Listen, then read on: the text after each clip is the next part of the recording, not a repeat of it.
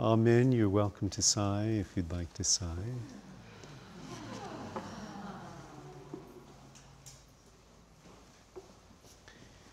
There is a program that I also teach that meets 4 times called The Soul of Christianity. And I've been teaching that program for a while and looking for a way to create Christian mystical practices. And so this following practice came, and it combines Christian mantra with 5 stages of the heart.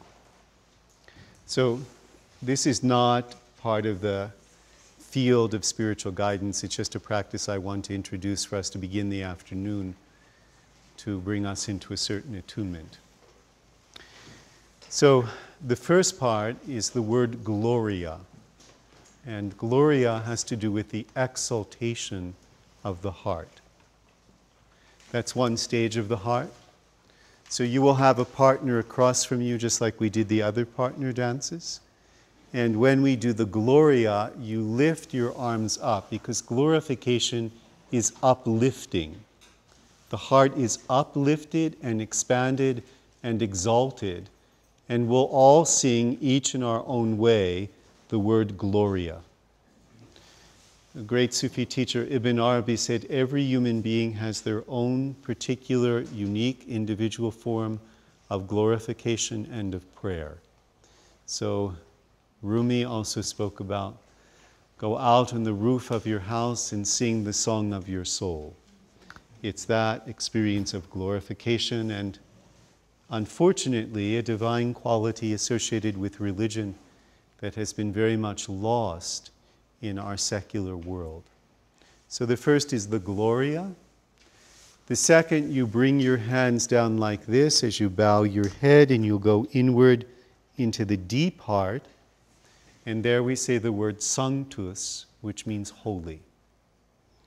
And that has to do with the Christ within, or the divine within, that lies in the depth of the human heart. And it's the Sanctus that's bowing to that indwelling holiness. So we've done the Gloria, we've done the Sanctus, and then you have a partner across from you, and you will place your right hand on their heart, and they'll place their right hand on your heart. And you'll put your hand over there, and they'll put their hand over here. So we're meeting heart to heart at that moment, and we'll say Christus. And it has very much to do with the practice, or similarity to the practice of the who that we did in the last greeting. So it's the words of Christ, wherever 2 or more are present in my name, I am present. And for me, what is meant by that Christus is very much the archetype of love. I'm not so much speaking about the historical Jesus as the archetype of love. So we do the Christus, where we have had the meeting, the Christ spirit that arises when 2 hearts meet in love. Then we place our hands here, and we roll back the stone, a very significant image in Christianity, to roll back the stone, which allows the resurrection to take place. So whatever has blocked our heart, we're rolling that back, and then the heart can emerge resurrected as we say Alleluia to one another. Okay?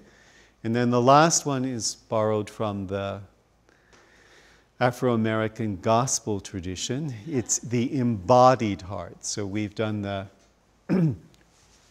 exalted heart, the deep heart, the heart of presence, the open heart, and the last one, you embrace each other and you say, Amen, brother, or Amen, sister.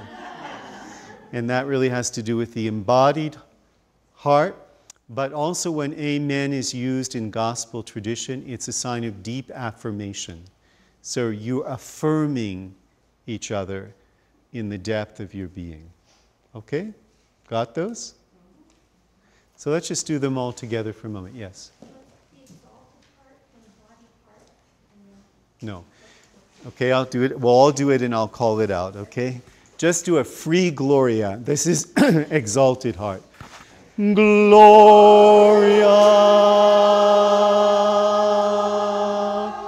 Bring it down into the heart. Go inside into the indwelling.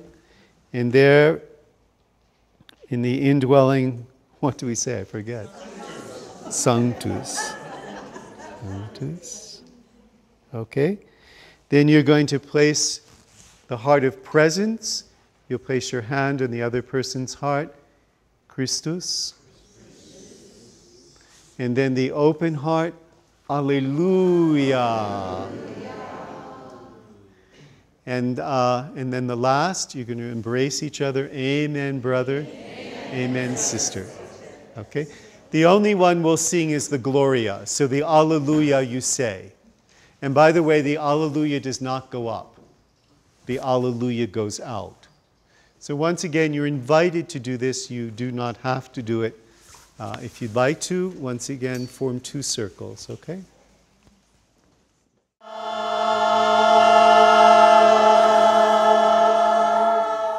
Deep heart.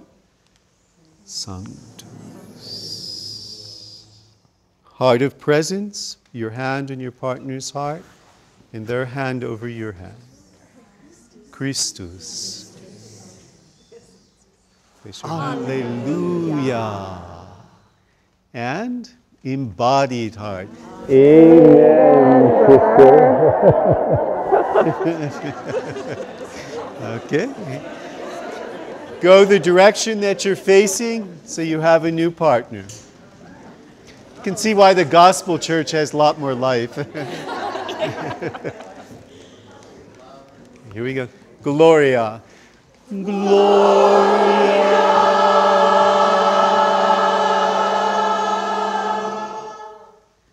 Sanctus. Sanctus. Christus. Christus. Alleluia. Alleluia. Amen, sister. Amen, brother. Thank you.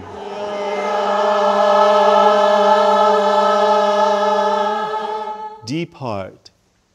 Sanctus. Present heart. Christus. Open heart.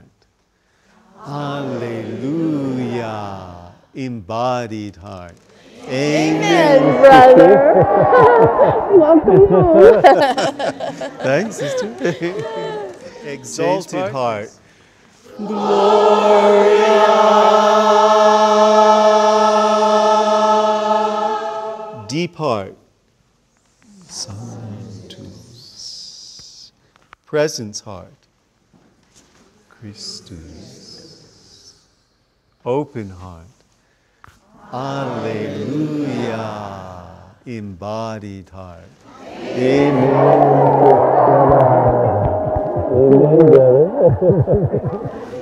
Alleluia. Embodied heart. Amen, sister.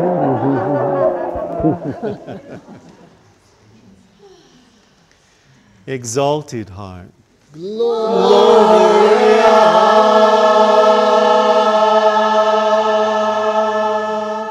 Deep heart. Sanctus. Heart of presence. Christus. Open heart. Alleluia. Embodied heart. Amen.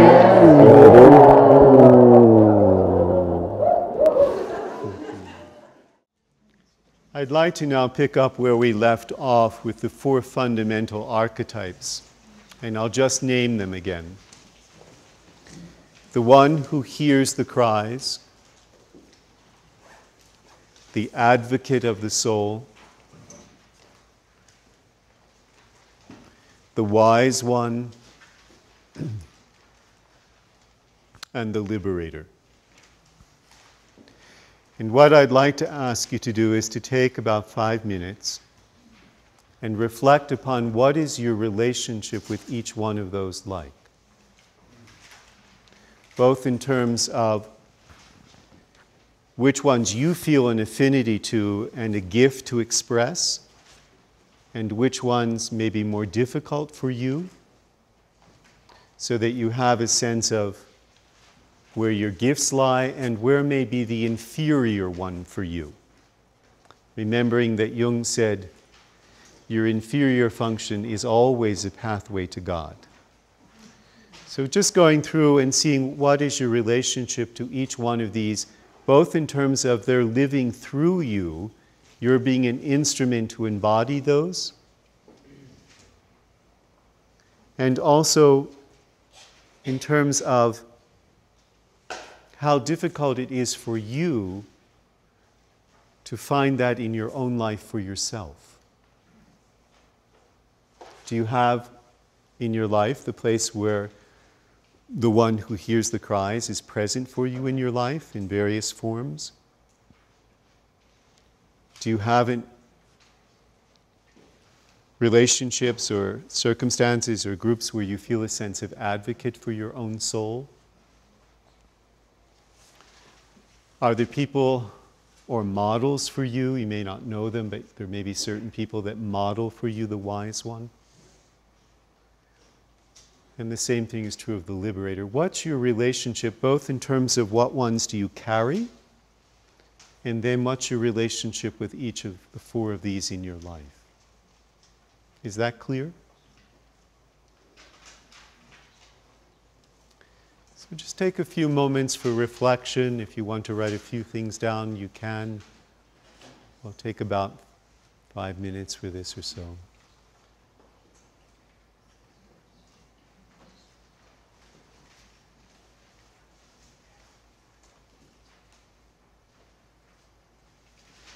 And I'll say them again. The one who hears the cries, where you can go at the cries of your heart. And by the way, the cries can be not only tears, they can be cries of joy, cries of glorification, cries of gratitude, cries of wonder. Whatever cries arise from your heart, that there is one who hears those cries, so those cries feel heard, met.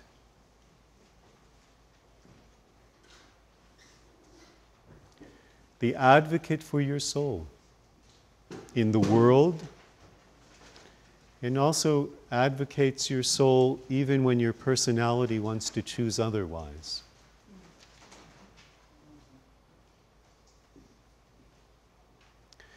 The wise one, the one who's deeply accepting of your humanity and deeply accepting that life is limited and allows you your humanity as you make your journey. Doesn't expect perfection from you, but knows that divinity can shine through the limitations of human circumstances.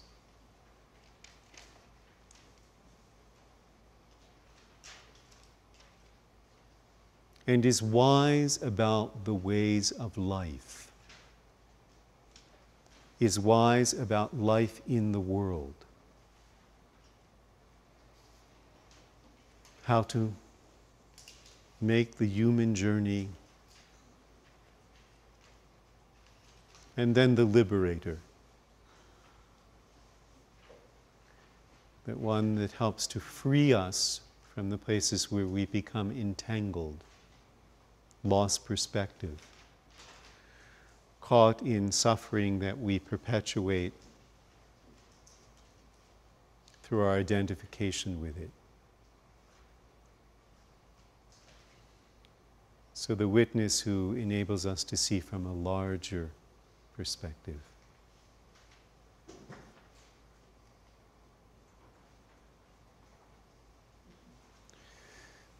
So what is your relationship to those four archetypes in terms of which ones do you feel you have the capacity for, that you bring something of that archetype into the world?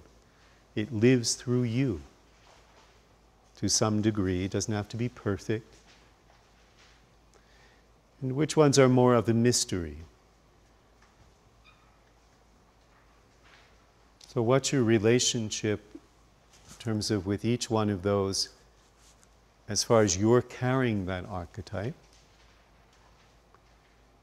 And then your relationship with each one in terms of its presence in your life.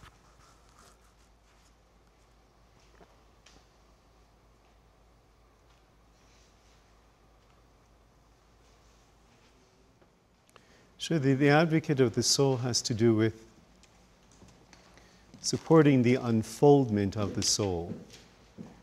And that often has to do with your engagement in life as the soul unfolds through life, or standing up for your soul, or protecting your soul, or creating a space for your soul.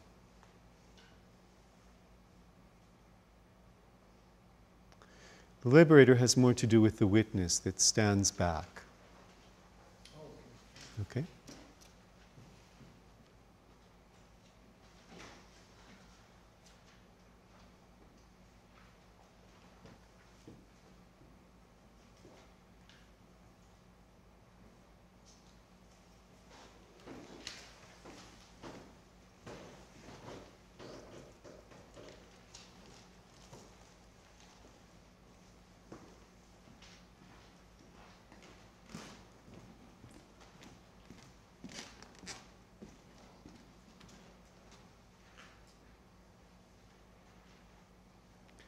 Okay, once again, I invite you to gather into your groups of 4 and share what's your relationship with each of these archetypes.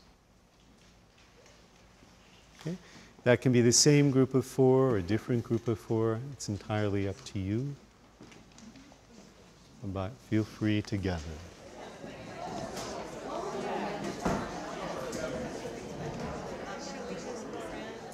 How many people in the room of the 4 archetypes feel the deepest connection to the one who hears the cries, that you carry something of that quite strongly? Okay, raise your hand up so we can see the percentage in the room. Okay, that's quite significantly represented within our group. You can choose more than one. I'm just trying to sense where the connections are. Okay? Okay. Okay, so the second time we got a few more hands, okay? And I'll do that with each of them. How many people here feel the primary connection with the advocate of the soul? Okay. Good. How many people here feel the deepest connection to the wise one? And that you're not having to claim that you're the wise one, but that path and way. Great. Good. A few more hands raised up when I said you don't have to claim to be the wise one. Yes. Speaking in terms of the thread of our lives, or the current one we resonate with most? The current one that you carry, that can live in you the most, in terms of the one that is most present in you. Okay? And then finally, the 4th one, the liberator. Okay, good. So we have a sense of where we lie within the group. I'd also like to mention a shadow aspect for the one who hears the cries. Be careful of too much passivity. I've come across psychotherapists and spiritual guides who become too passive because they're always listening. And they're always listening. It creates a passivity of energy, and then that carries over into their own life, where they're always waiting or listening or being present to rather than actively engaging their own life. So be careful. It's quite seductive if you spend a fair amount of time just doing that. The shadow piece for the advocate of the soul is you have to be quite careful that you don't move from the advocate of the soul to a kind of Pygmalion figure, where you can see all the possibilities for this person, you're giving them a plan to go for, you're directing them, and what you may also be doing is putting a lot of pressure on them to live up to your energy and your expectations for them. and it may be overwhelming. So the danger for this archetype is that you become, a kind of My Fair Lady figure where you're going to transform the person into what you believe they should be or could be. Or you have such an agenda. And this is particularly difficult in an American culture where we have a lot of that. And we actually advocate a lot of that. We have all kinds of personal trainers in this or that to get us up and get us going and getting. But we have to be careful that we don't take over the person's life. We're not too directive. And it's why John Youngblood, when I worked in the spiritual guidance program with him, was very clear that they chose the term spiritual guide rather than spiritual director, because it wasn't about directing somebody. It's about being an instrument to reflect their guidance back to them. Yes? Don't you also have to be careful that you don't get your agenda in there, or what you want for them? Exactly. And that's what Pygmalion does in My Fair Lady. It's you turn them into what you think they should become. And tomorrow, in the session that I'll do tomorrow in the 5 levels of the archetypal guidance relationship, I'll talk about transpersonal transference. Because we know a lot in the field of psychology about transference that occurs around father issues, mother issues, wounded issues. But there's a whole transference that takes place around transpersonal archetypes. And we have to be quite careful here that we don't put a counter-transference onto the person about an archetype we feel they should carry. Okay? And I'll address more of that tomorrow.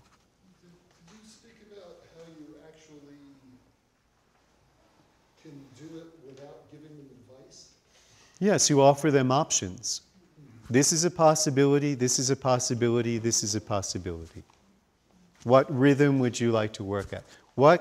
If this is really what you feel your soul is calling for, then there's an exercise I've been doing lately in a number of groups called Tell Me a Possibility. Okay?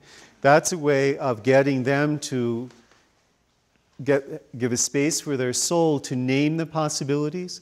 And then remember, the second part of the exercise is you have to bring each possibility to your heart to discern where it resonates. What strikes the surface of your heart and what resonates in the depth of your heart. So these are all the possibilities that their soul is naming. And then discerning which are the deepest ones. And then out of that, do you want to make a commitment to those? And that will be a commitment of time and space to embody and form. Well, how do you want to go about that commitment? I'll hold for you as the archetype of the advocate of the soul, that possibility, that soul dream, but you have to make the commitment and you need to tell me what the steps are going to be. Might that make sense? Yes. Okay.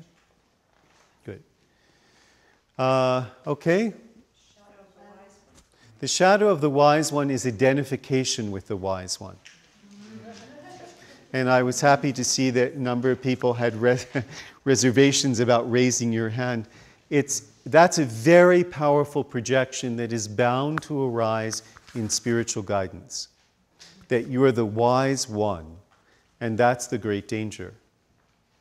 Because there both has to be the knowing from your own journey and listening to many journeys what the maps are, but to remember every individual has a unique journey.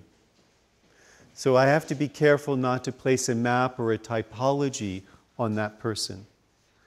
Now, there may be typologies that resonate at the appropriate moment, but I need not to jump the gun. I need to hear the individual's journey. And be careful about taking on the archetype of the wise one, no matter how powerfully it is projected. Okay?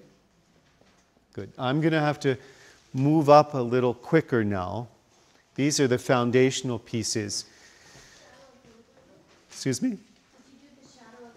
Yes, the liberator is the one. You have to be careful that you don't become just the witness. So a story I like is if I know some friends who are involved in Buddhism, and one friend was complaining, I feel like I don't have enough contact in my life, enough human relatedness. So they walked by their friend sitting in a restaurant, and he was sitting in a booth right in the window, and they were tapping on the window as he was sitting there eating like this. And he didn't get that they were there at all because he was doing his Buddhist practice. So it's as if the way he was doing his Buddhist practice also was negating the contact with life. He knew the imbalance, but he wasn't addressing it. Am I making sense? So you have to be careful that the witness doesn't become a kind of defense mechanism for not getting into the messiness of life. Going back to the one hears the cry and the shadow is too much passivity, could you just flesh that out? Because, you know, that holding in compassion, being very present, there's an active piece of that, but to not try to do too much to fix is, where's that middle ground? The passivity is always listening. Now, deeply presence is powerful, but at the same time, you're always listening if you're in the role too much, and you're not sharing. It's not your task in spiritual guidance to tell the other person your story and your journey and your issues necessarily. Sometimes it can be helpful. But the problem is that somebody who's always listening to other people's issues then often starts to lose their ability to articulate and share their own life. Am I making sense? Not necessarily within the same. Yeah, not necessarily with the person who's seeking guidance, but it can start to take over more and more of your life, so you start to do it with your friends. You're always the listener to your friends, so you end up in the role all the time, and it's not a balanced life. Make sense? Okay. The next level, Karima, I need you to come back, okay? Mindy, would you be the person who's seeking guidance? So we've done the purification exercise to let go of what we've been carrying personally around, to bring ourselves into an open, spacious attunement. We've done the 4 greetings even before Mindy has come, as a way of inviting those archetypes within the room and remembering those intentions within our work. And we've invited the 4 fundamental archetypes that you just explored. And we're aware of the container. The next piece I'd like to teach, which is also potentially the guidance I'm getting, is to develop another course that people who finish the program could teach in terms of spiritual guidance. And it's something I've drawn from Saint Teresa of Avila. Several years ago, I did a pilgrimage to the south of France, or the south of Spain, and got very much into her teaching. And what I love about her is spiritual intimacy. So that's really what this piece is about. How is spiritual intimacy brought into spiritual guidance? Those of us who were here the last time, you might remember that Rabbi Zalman said, what God wants most from each of us is that we share our heart with God. So we get life, we get this creation that we're a part of, we get a tremendous abundance of gifts. What does the divine want back from us in return, or what gift could we give back that the divine would really appreciate? The sharing of our hearts. One could find that very much in Sufi mysticism also quite strongly. So Saint Teresa in Christian mysticism really touches upon this key piece of how to develop spiritual intimacy. Now here we see a difference, at least as far as I have experienced teaching it, co-teaching with a number of Zen Buddhist teachers. Baker Roshi, Joan Halifax, Ulrika Greenway. What this piece allows for is a personal relationship with the divine. This is spiritual intimacy, is where you can bring the humanness in. And that's quite strongly accented in Jewish mysticism, Christian mysticism, and in Sufism. So this is a place to bring the personal in, a personal relationship with the divine that creates spiritual intimacy, but I would also add is a wonderful psycho-spiritual process that Saint Teresa was aware of long before we used the word psychology. And so when I explored her work, I've put together a number of pieces of her meditation work. Her foundational piece is that you spend a period of every day with the beloved. And the most important piece is that you do it consistently. Every day with the beloved, because what you're doing is building a relationship. And the way you build a relationship is to spend time together and share hearts together. So in the process of the spiritual guidance work, one learns how to do this kind of sharing through the relationship, and then it can be internalized, and one can do the same kind of sharing with the divine. But you have a model of how to do that. Because it's not just the sharing, it's also the feeling that the sharing has been received and responded to. You with me? Okay. So if you take the perspective of Saint Teresa, you have to build a relationship with God. Now, the question is, what aspect of God? Because there are many different aspects of God. That word has many different definitions and many different archetypes. In spiritual intimacy, we're talking about a relationship with God with whom we feel unconditional love. So this is not the God that's the judge at all. This is unconditional love, and two of the archetypes that most express that are the divine as the deepest, best friend, or the divine as the beloved. And you can find the path of the beloved followed by figures in all the great traditions. It's as if it's an underlying path. It certainly is present in a figure like Saint Teresa, Saint John of the Cross in Christianity, Hafiz in Rumi, very much Rabia in Sufism. You have it in David, very strongly present in the Psalms, in the Jewish tradition and many of the Jewish mystics.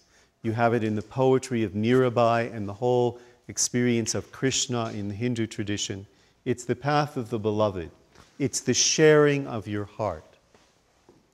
So the first piece that Saint Teresa asks that you share has to do with the concerns that are on your heart. So Cindy, would you come?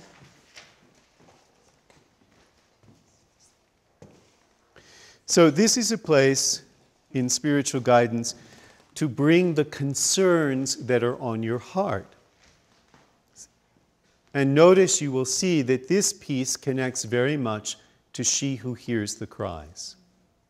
But one of the things that has to be conveyed or taught in spiritual guidance is the practice of the listening heart.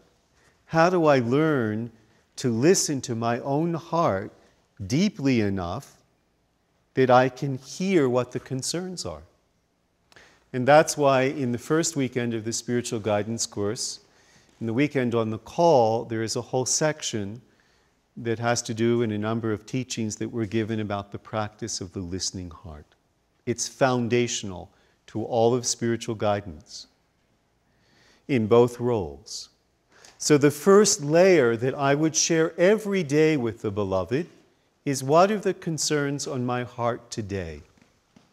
Now, this is where the clarity of the God image is extremely important.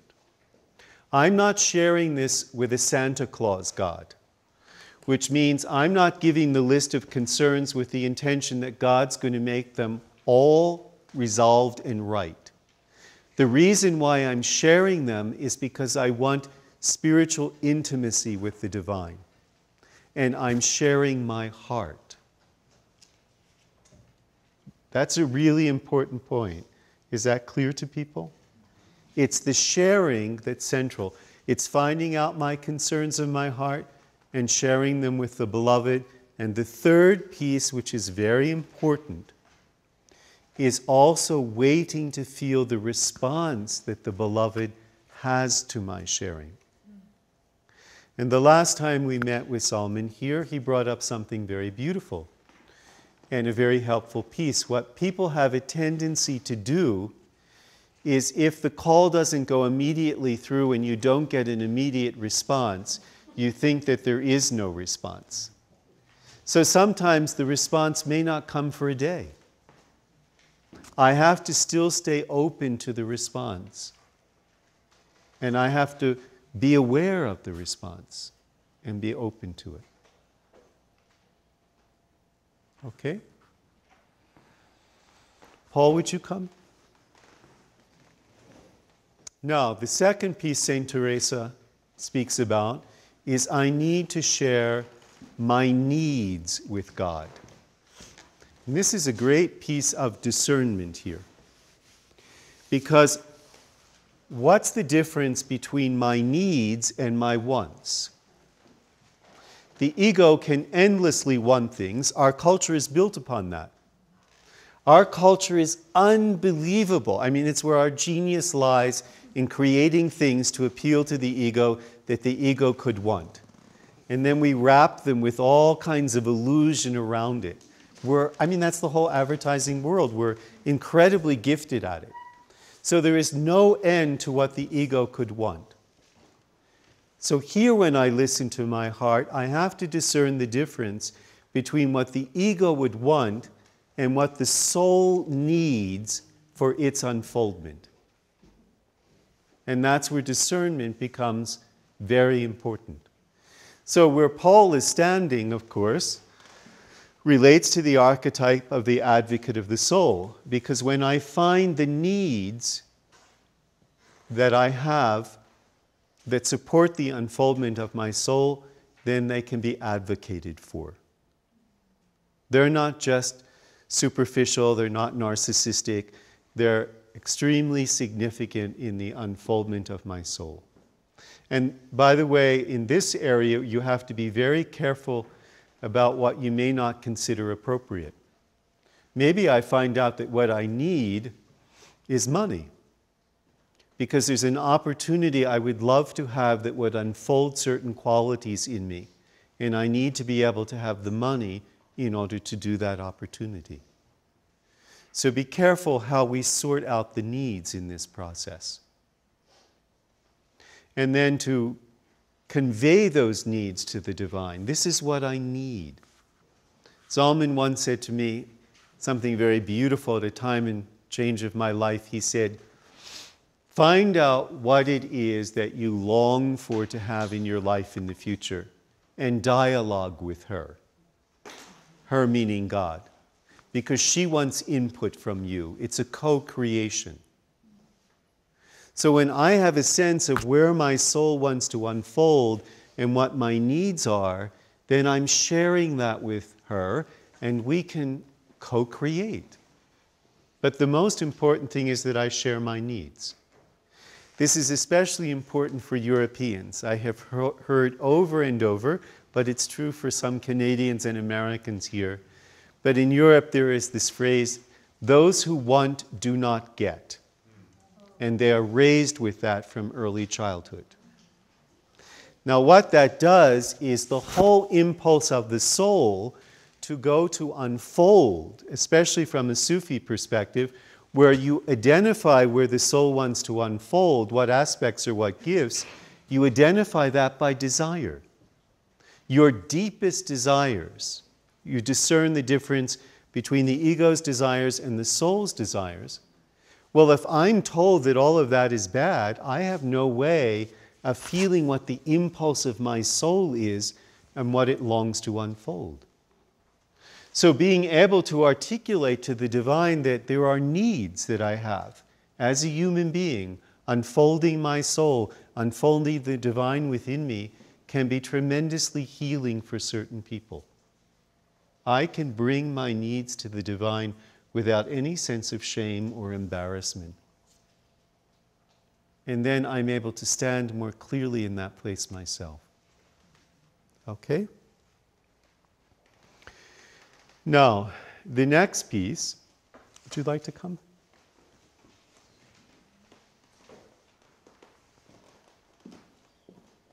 If you'll stand here.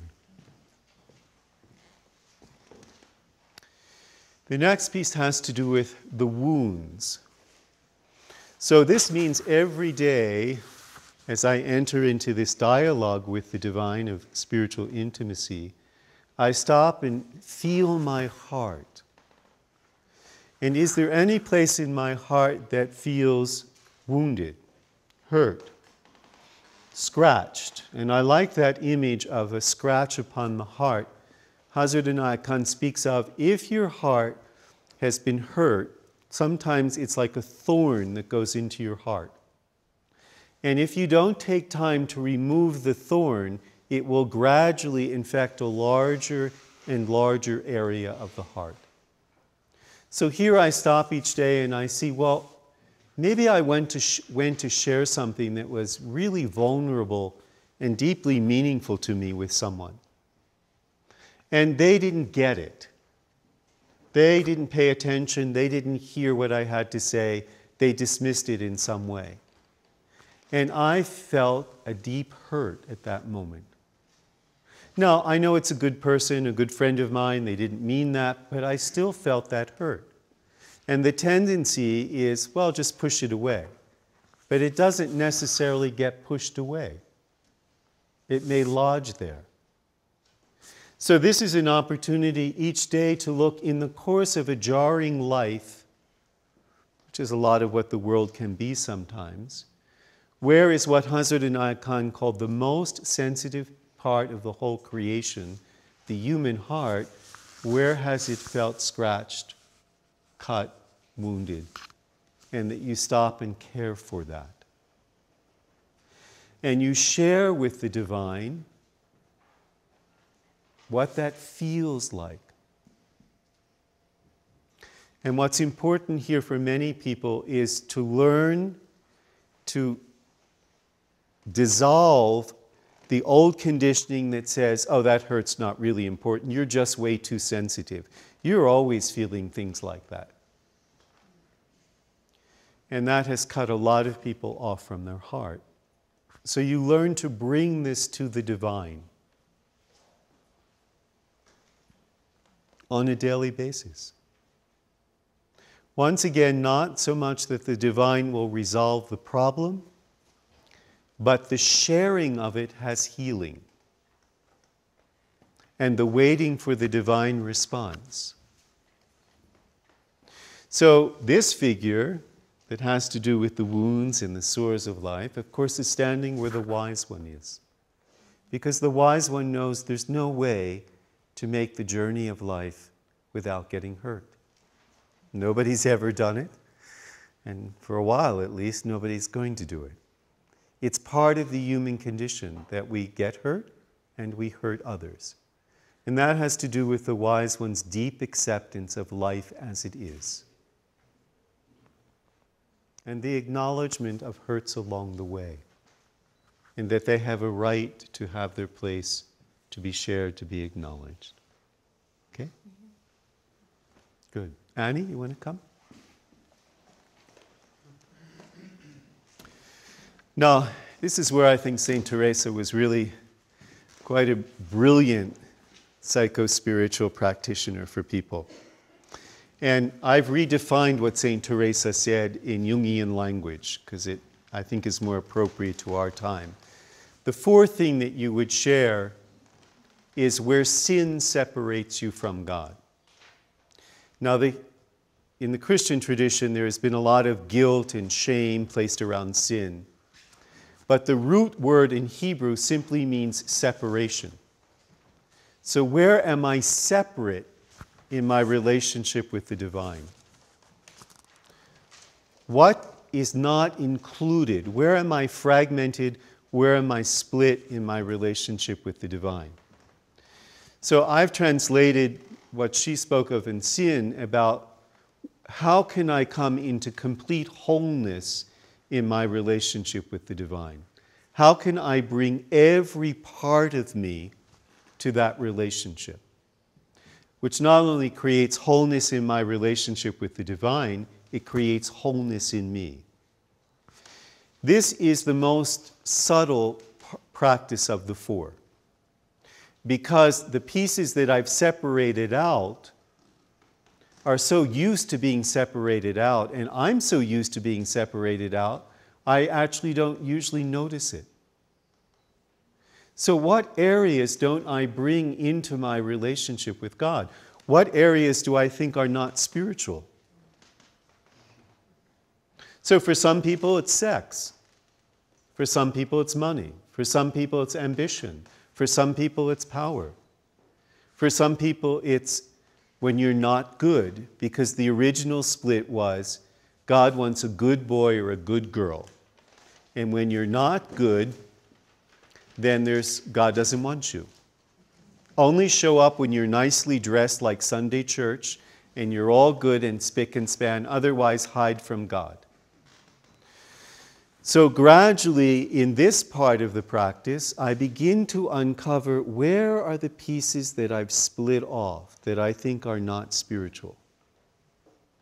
And how do I then bring them back into a relationship with the divine that wants all of me present, all of me shared in my heart? How do I bring that back? Which brings me back into wholeness in myself. So a beautiful example of this particular piece to help prevent those splits was Rabbi Zalman has talked to me about how he's done weddings and took me to weddings to show me how he did them. And one time he was talking about a bar mitzvah. And he said to me, in preparation for the bar mitzvah, I called the young boy aside and I said to him, don't lock God out as you go into adolescence. So when you go to masturbate, invite God to be there. You hear? I mean, there's incredible wisdom in that, because most people, when they got to be adolescents and sex rose up, God was really awkward around sex, so you better not bring it up. So then there's a whole piece that has no relationship to the divine, sexual fantasy, all kinds of aspects of life. How do we bring those all in to see that God is all-inclusive? If there's only one being, if there's an interrelatedness of all of life, then it's all within the divine. So how do I gradually find those parts of me that I have held back? And often it has to do with a God image that's also split.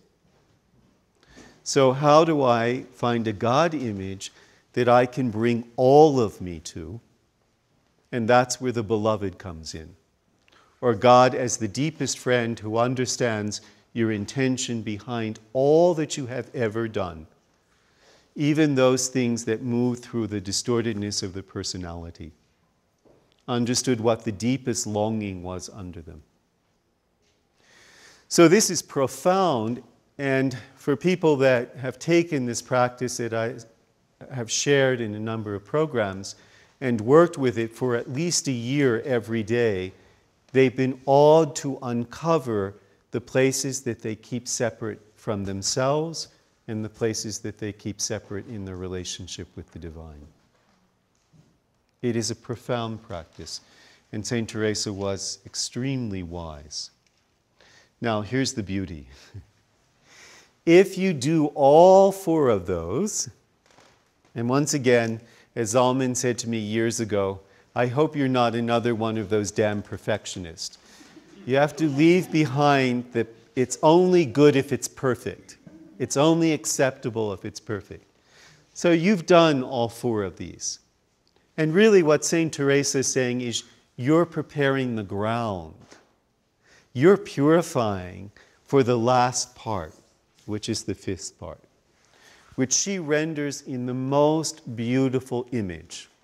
And that's a place to start with to help a person find. She says, rest in the embrace of the beloved. Rest in the embrace of the beloved. For her, of course, that was Christ. But what is meant by that, to rest in the embrace of the beloved, is a state. It's a mystical state. And it has to do with complete surrender And notice that we've surrendered in all four of these realms to prepare us for that surrender. And it is what is meant by mystical unity or union, especially in the paths of the beloved. That the only way I can come into full mystical union is if I surrender myself completely.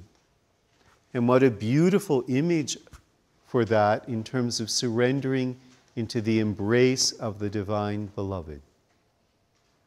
So if someone embraces me, Zalman once described somebody as giving A-frame hugs. They're like this. You can't surrender into an A-frame hug. You know, there's nothing there to surrender into. You have to really embrace, okay? And feel that the person who's holding you is going to hold you in such a way that you can really completely let go and you'll be held in a field of love. Okay? That's the fifth piece. The first four are all preparation. And one of the most important things that spiritual guidance can offer is the opportunity for someone to taste that space. What is it like when I let everything go? Like the first meditation we did this morning, combined with this kind of meditation, or it's another variation, when I've unpeeled all of that stuff, and now I can simply surrender, whether I call that the beloved, or whether I call that the present moment in Buddhism, or whether I call it the now. How do I completely surrender so that there's a sense of union and renewal? It's out of that space that one is born again. And Saint Teresa gives two very beautiful things that she says. In the state of divine surrender, you want to partake of the sustenance of your sustenance. It's a beautiful phrase. This is an inner communion. When I'm really surrendered in union, the very sustenance, which is the sustenance out of which I arise, I partake of. And then she speaks of to also experience the life of your life. The life out of which your life arises, I'm returning to the very source. An exquisitely beautiful practice. What I suggest to people to begin it is you write a letter each day. And you write a letter addressing the concerns, the discernment of the needs, the wounds, hurt, scratches, and where some place of separation may be. After you've written the letter, you sit for a while and wait the response. And remember, the response may come in feelings, it may come in energy, it may come in an image, it may come in a song. The divine can respond in a whole number of ways. Or you might find yourself writing out a response when you really deeply listen to what arises. And that's one way to deepen the practice. But the key piece is every day, and if you can't do it every day, at least several times a week. Okay? The omniscient God, by definition, always knows what you need. And you can often confuse what you want with what you think you need. And a surrender to the mystical union must entail abrogating all of your wants and surrendering it to that God who understands what you need. And that's where we come to at the end. But this is a process that leads us to that place at the end. And as Zalman said the last time we were here, it is very hard to bring your heart to all the omnis. Omnipresent, omnipervading, omni, because it's not a heart place. The omnis are not the heart face of God, let us say. They have tremendous value.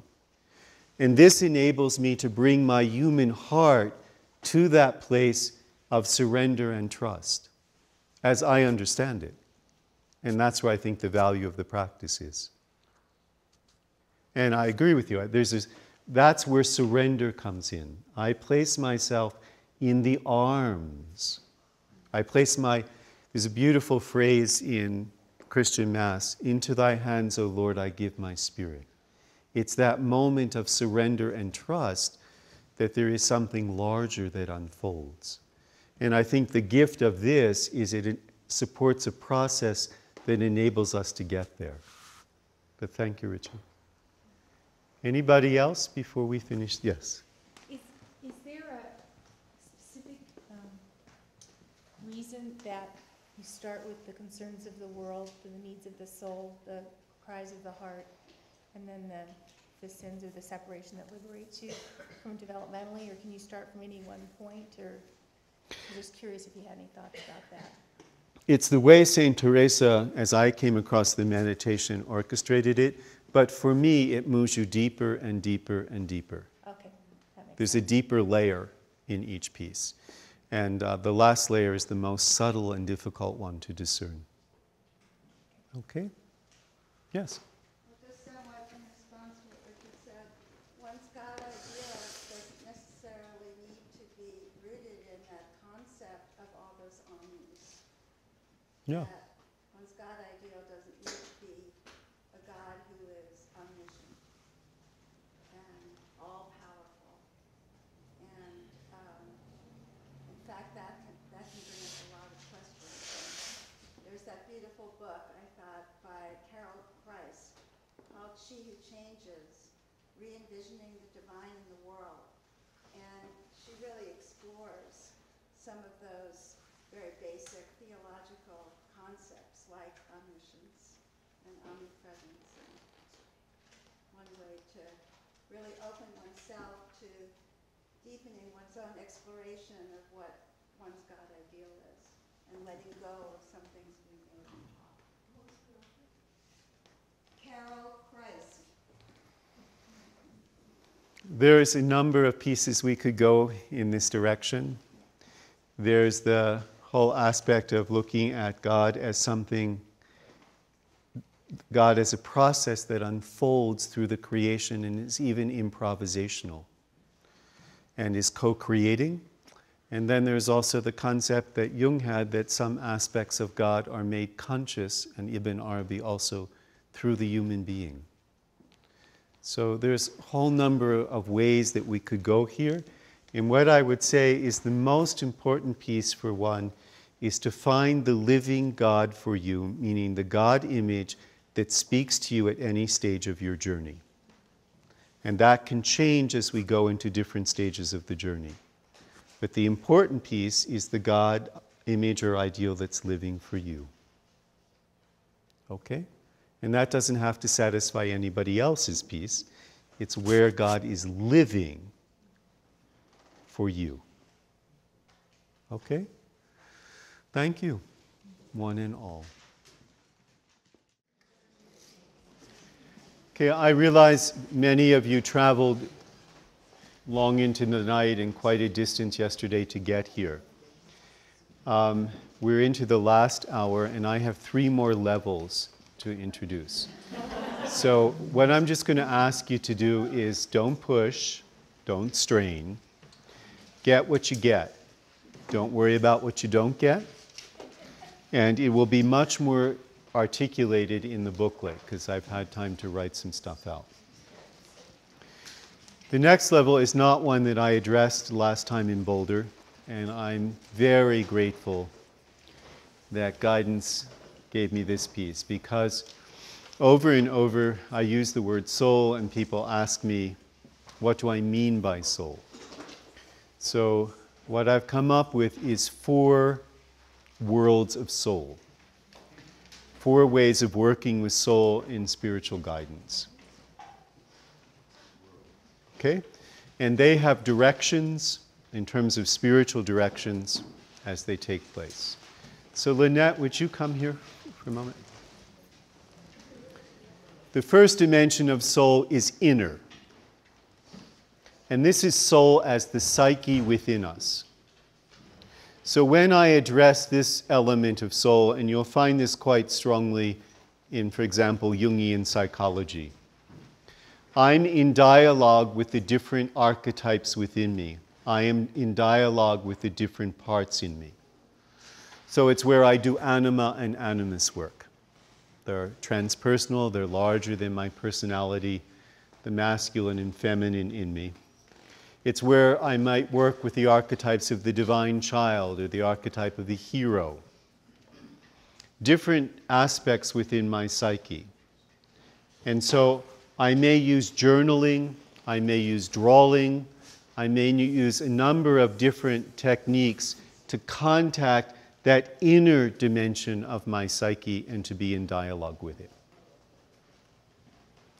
An extremely important part of soul, so I know my inner world. So when you hear things in meditation instructions like turn within, part of it is to discover the inner world of the soul or the psyche and what lives there. So for example, in Jungian work, what happens at a major stage of life change is that the God image constellated in the center of the psyche may be changing. So in Jungian work, we speak of the changing of the gods. If you look at Buddhist mandalas, I mentioned the circle that creates the container, and often if you look in the center, there is either one deity or one deity in the center and a series of deities around it. It matches very much how Jung saw the depth of our psyche. That there's a central God image that we carry. It's an archetype that's constellated in the center at a certain stage of our journey, and there may be around it other archetypes that are deeply significant and constellated in our psyche. And that may hold for a stage of time, a stage of development in our life, and we go through a very deep change, and then using Jungian words, the gods within us change. The arrangement of archetypes within the center shifts. And some archetypes may be receding, and other archetypes may be coming forward. So how do I know what lies in the center of me? How do I know, if I use Christian Judaic language, the God image that I carry within me? So we have the terms, one is made in the image of God. The exploration of that inner world, what is there, what's moving, what's taking place in that inner world, is this dimension of soul. So that's my inner world. And it's a whole universe. There are parts, there are archetypes, there are qualities, there are passages, there are seasons. My inner life goes through seasons. And all of that is to discover and explore the inner world of the soul. You with me? That makes sense? Okay. A number of you in this room, I'm sure, have been deeply attracted to that. Jung drew a mandala every day. Part of the reason for his drawing a mandala every day was his way of seeing what's transpiring in the inner world today. Some people do that in journal keeping. The whole world of dream work is a way of seeing what's transpiring inside the psyche. And if I tend to my dream work, it often shows me, especially if I look over time, how the archetypes and how the themes are developing and unfolding and what's moving and what's changing and what's going on all in that inner world. So the direction here is in, the deep inner psyche of our own being. Okay? Do you want to come, Tim?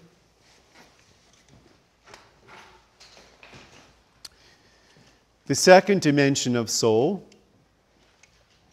we find in the writings of people like Teilhard de Chardin, we find in the writings of Carl Jung, we find it in Meister Eckhart, and we find it at the core of Sufism. That the soul is like a divine seed. Sometimes the image is used in Jungian work, it's blueprints. And in Jungian work, we use the word self often in this context. But there's a whole set of potentialities and possibilities that lie within us. And then the spiritual purpose of our life is to unfold those possibilities and potentials within life itself. Hazrat Inayat Khan used the term to make God a reality. And one way of understanding that term is our task is to make God a reality in the sense that the divine qualities that are constellated in the seed of our soul, when we bring forth those qualities and give expression to them in this world, we're making God a reality. It also has to do very much with what Meister Eckhart described as God is eternally on the maternity bed. God is eternally giving birth. So how does God extend the creation at any one moment? Partially through each of us. God is giving birth through different qualities this very moment in this room. Through all of us, we're bringing certain qualities into the world.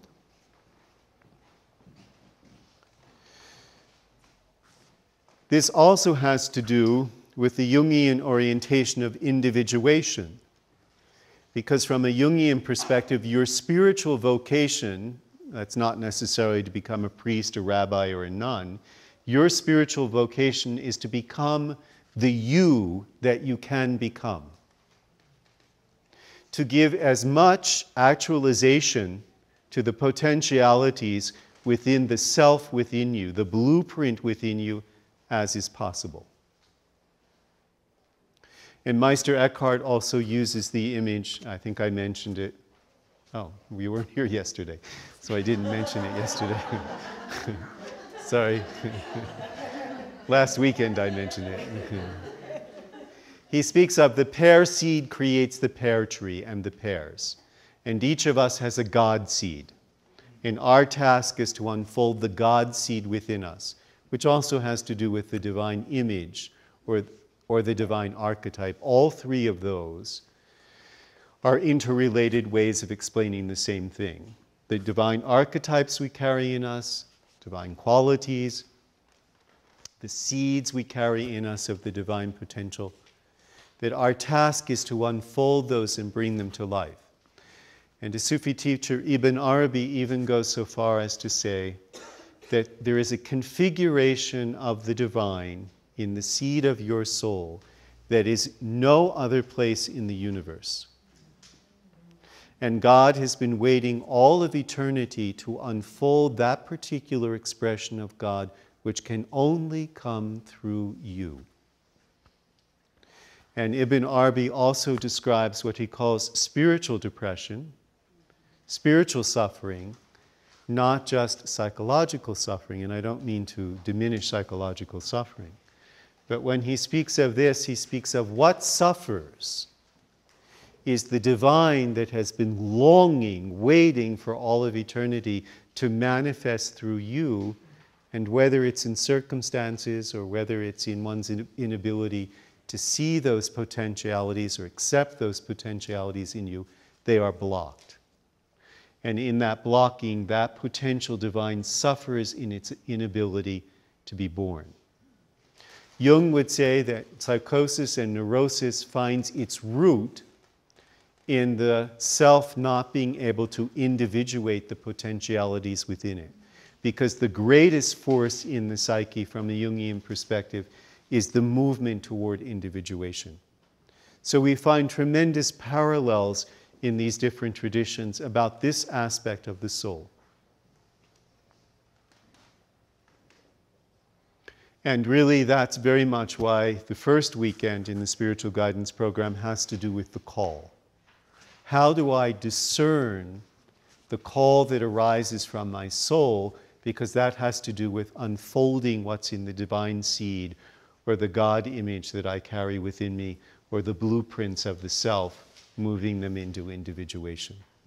It's really the call of the divine that lies within me. Or in the weekend on soul, where we explore what are the soul dreams, how the dreams are both the means to unfold the soul, and how the soul dreams, when we recognize them, are a mirror in which we can see the very nature or qualities of our own soul. So this also has to do very much with a very incredible saying by Hazrat Inayat Khan, out of the womb of the human heart, the divine is born into the world. That the soul is the potentialities, the heart becomes pregnant with those set of potentialities, and then through the heart is born into the world. So this is an extremely important piece that has to do with fulfillment. Ibn Arabi speaks of our self-realization and fulfillment both occur when we get to know the God within us, which means the divine seed within us and the divine qualities and potentialities that we carry. And so Ibn Arabi says, if you know your God, you can give your God life. If I know the divine potentialities within me, the qualities and archetypes, then I have the possibility of helping to give birth to that, to give it life. And he speaks of fulfillment comes when those are expressed. So it's not just my fulfillment, God is fulfilled through me, which brings my fulfillment. Make sense? I realize it's getting late and this is a lot, but we'll go through what we can go through. Okay. The next piece of soul, Mary, would you come? Mm-hmm. The next piece of soul has to do with what is often described as the anima mundi, which is the soul of the world. And here we have very much the divine immanence, the divine in nature, the divine in the world, soul in the world. And we have the very beautiful Sufi expression, that which transpires through that which appears. That the divine qualities are permeating in the forms and they're expressing themselves through the forms of the world. So, our longing both to be renewed by the soul of nature, to be renewed by our experience of the axis mundi, which is why we're drawn to nature.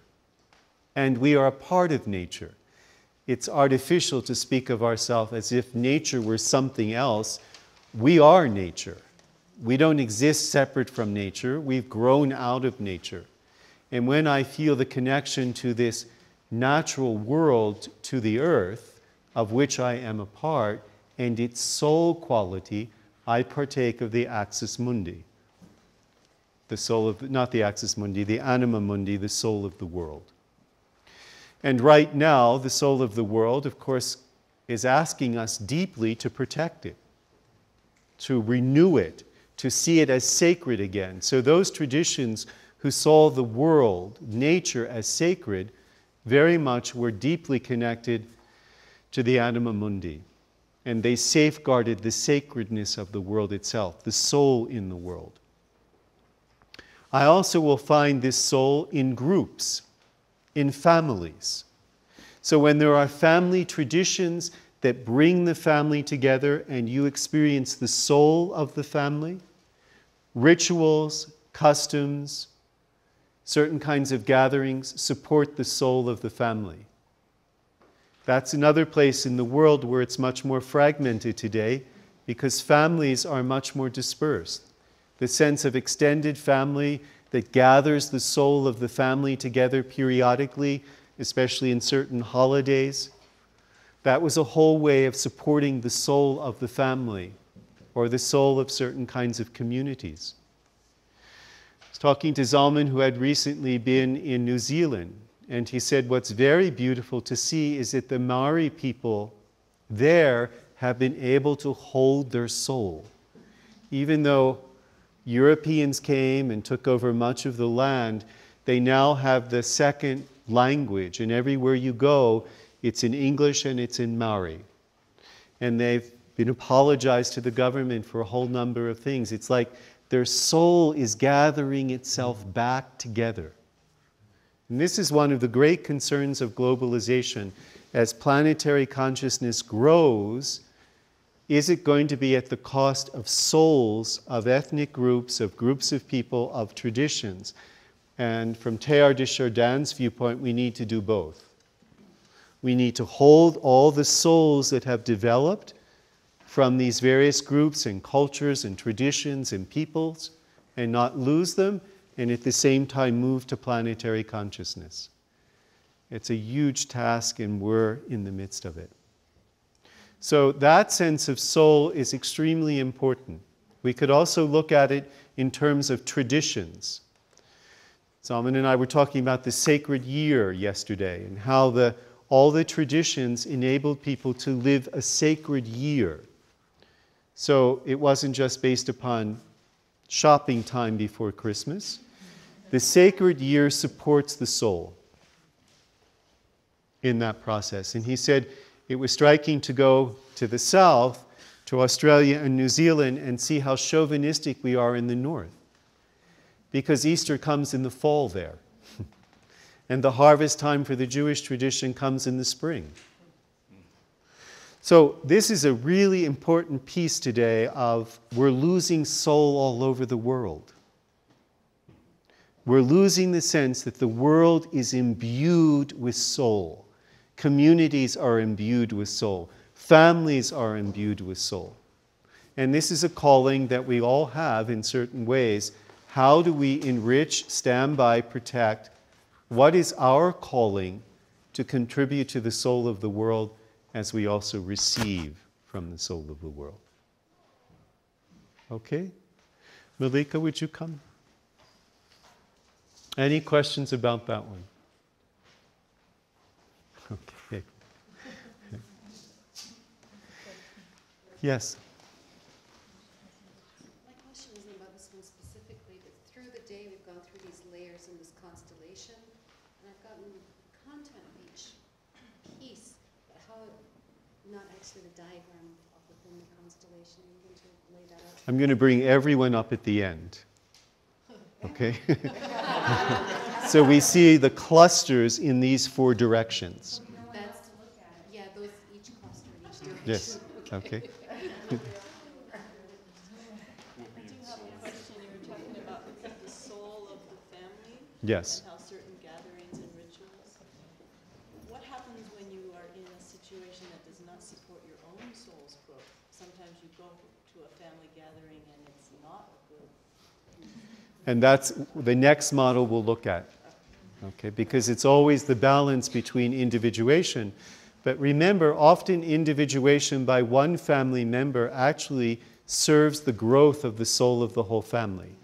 And it may even be the impulse of the family soul attempting to grow through that individual that leads them into that individuation process. And the work of Hellinger is an example of that kind of awareness of family constellations and the family soul seeking to grow. So one person may take it into new areas. Yes, Elaine? Just, you may happen to see this somewhere else, but I always get worried when I hear about individuation, because real individuation has to be on the foundation of really profound attachment. And that's very much missing in our culture. And so when people try to individuate without that, they don't have a strong legs. It's a beautiful point, and there's an excellent piece written by a Jungian that talks about how Martin Buber misunderstood Jung's concept of individuation and thought he meant individuality. And that there's a big difference between individuality and individuation. Well, except in developmental psychology, you have first basic trust and attachment. Amen. You have separation and individuation. And the next model will look very much at that the first piece has to be there for the second piece to take place. Yeah. That's a beautiful point. Thank you. Okay? This piece. This piece of soul is the opposite of that piece of soul. This piece of soul is the divine exhalation of the seed unfolding, moving toward life, moving toward manifestation of individuation. This piece of soul is the divine inhalation. So if you look at the work of Ibn Arabi, he speaks of the divine exhalation and the divine inhalation. This part of soul is the part of me that longs to go home. And in the booklet, I use the Jewish song, "Return to the home of your soul." Return to who you are, return to where you are, return to what you are, born and reborn again. When we are called to retreat, when we're called to be alone in a space, protected space, when we're called to silence, when we're called to step out of our everyday life and become a pilgrim, part of that is this. It's the divine inhalation. It's the returning to the source. It's as if we're going back into the seed. And we all have that impulse. When we become too immersed and too lost in the world, then it constellates, when we're too much in the exhalation of the soul, it will automatically constellate a longing for the inhalation of the soul, to have solitude. So the longing for solitude, for silence, for stillness, for emptiness, is the divine inhalation, to return to the source, to withdraw from life in a healthy, appropriate way, to move beyond my roles in life and my personas in life, and to return to some essential essence, is this aspect of soul.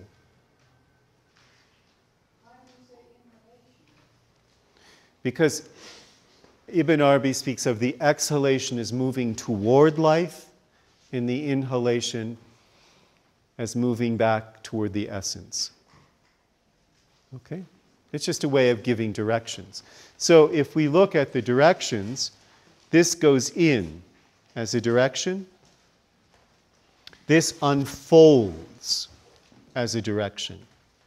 This engages the world. It expands through the heart. And this is the inhalation. And these directions are also noted in the piece. Okay? Good. Thank you all for. Okay? Now. Oh, don't go, you two.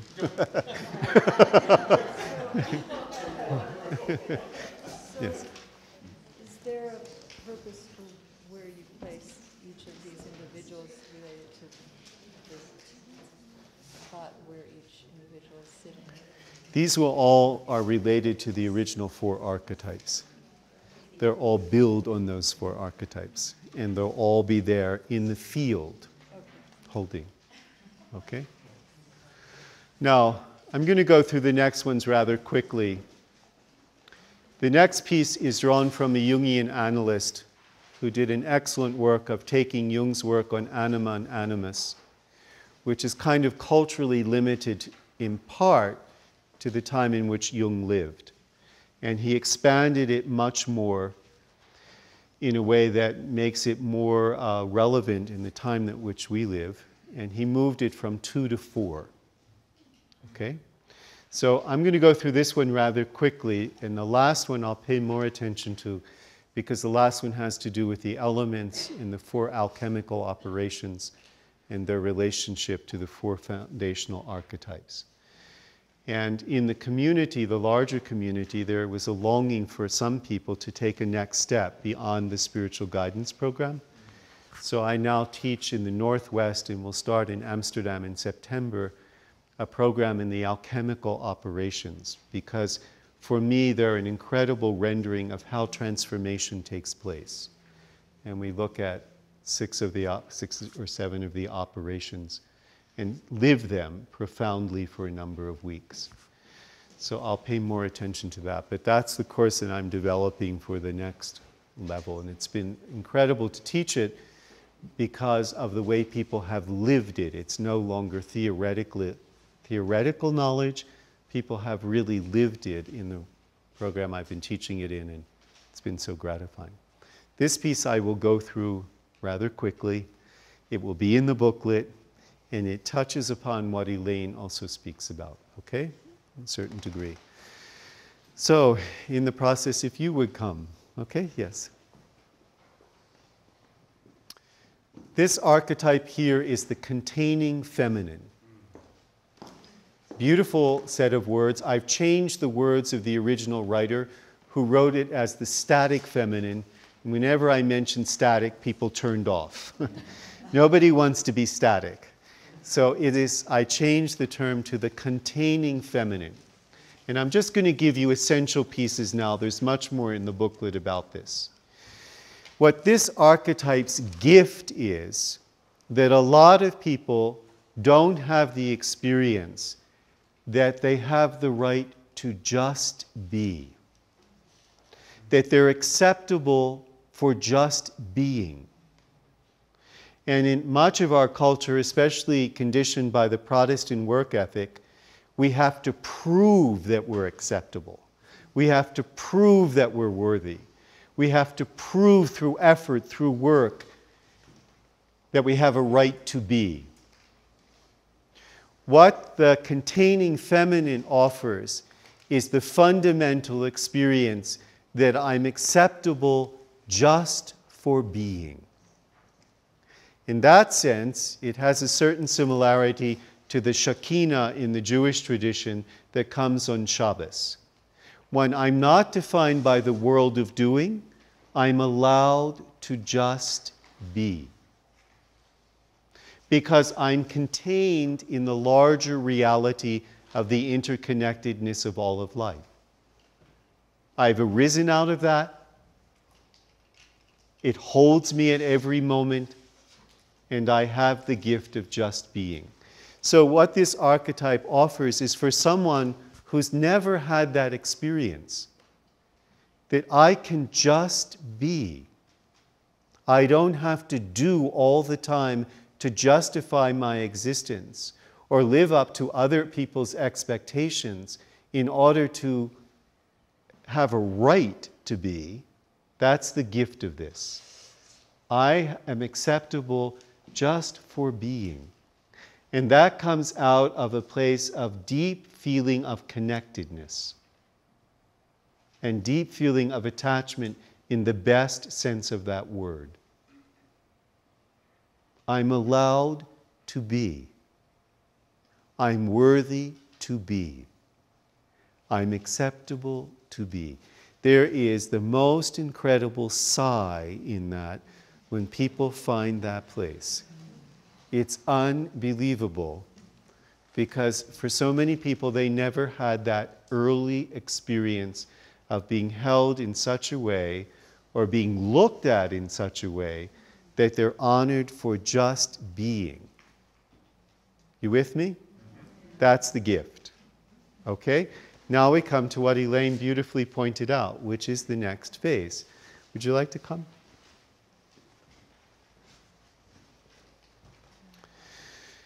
The next phase, so I've gone from containing feminine to dynamic masculine in this particular model. And this has to do with I've been held beautifully. I've attached beautifully.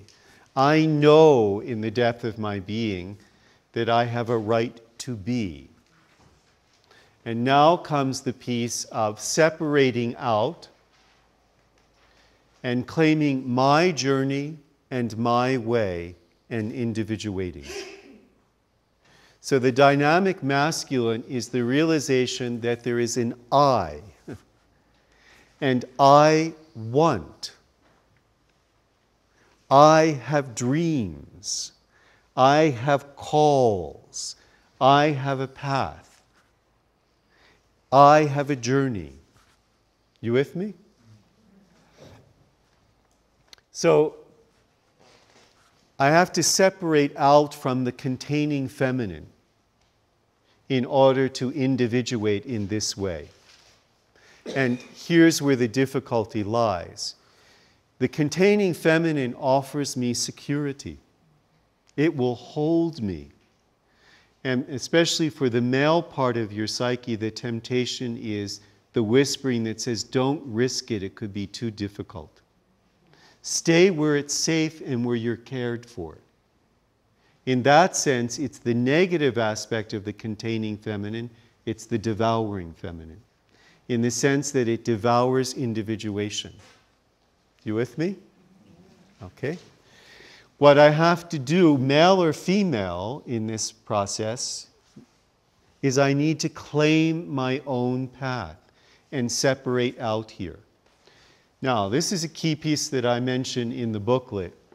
Many people who didn't get the early containing feminine turn to spiritual groups in adult life to get this. Because they didn't get the good family, they didn't get the containing feminine, they didn't get the good mother, and a lot of male teachers have a lot of good mother in them, let's say, or put that out. So they want to be in the good family, they want to be held, they want to have a place to be, they want to be all of that. And often the price in a spiritual group is, we'll give you all of this, but don't make this step.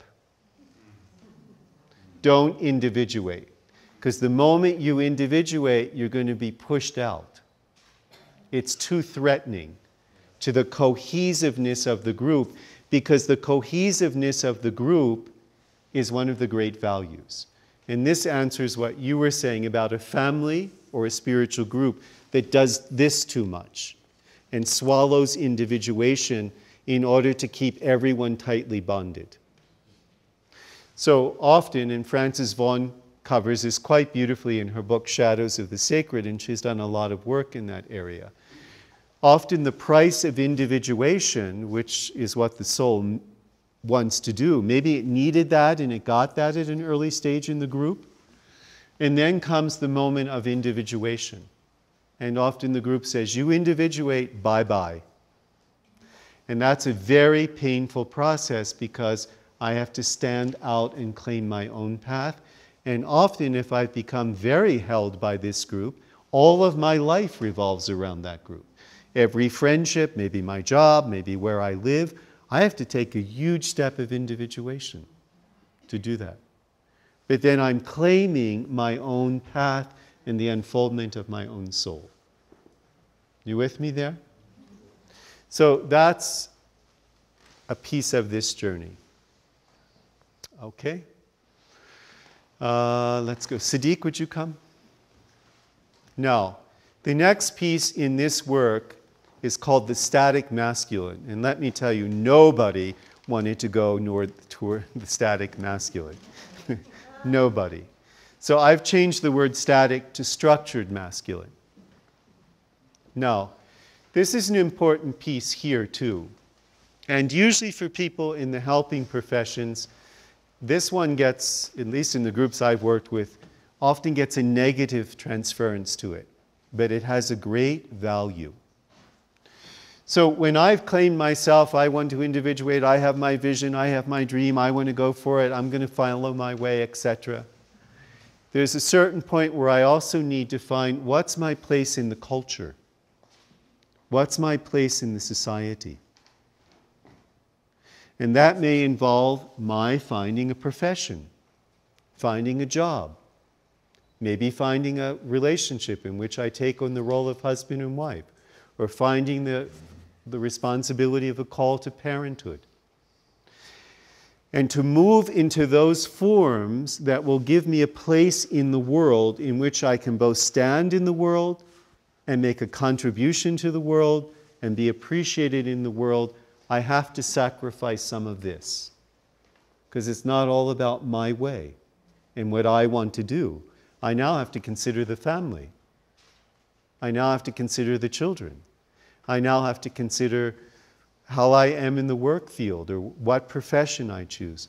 What enables me to make the movement from here to there is idealization. This has to hold an ideal for me that's meaningful enough that I'll sacrifice some of this. Am I making sense? So often there is an ideal projected onto a profession. An ideal, the idealized form of what it will mean to be a husband or wife or a parent. And that ideal enables me to enter into it. It's not going to be lived out totally ideal, but the ideal enables me to make that sacrifice necessary to move from there to here. Okay? Now, if you're a spiritual guide, one of the pieces that can be very helpful is you may have also had, let us say, somebody who's been very defined themselves by relationship with other people. And they've done that all their life. They've held everybody, responded to everybody. Come midlife, often happens to women later in midlife, they individuate and they start to claim their path, not what works for the children, was best for the husband, but their path. And so then they start to move here in midlife, not just in adolescence or youth. And then they find a whole new possibility of gifts. And now they want to find a profession that they can function in the world in and appropriately have the forms in which they can express their souls.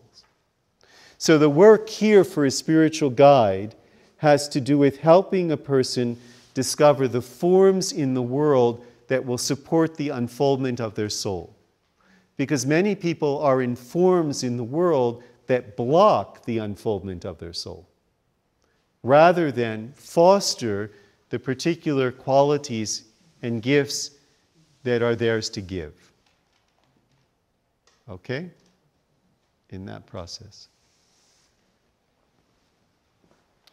So we move through containing feminine, dynamic masculine, structured masculine. Jackie, would you come up?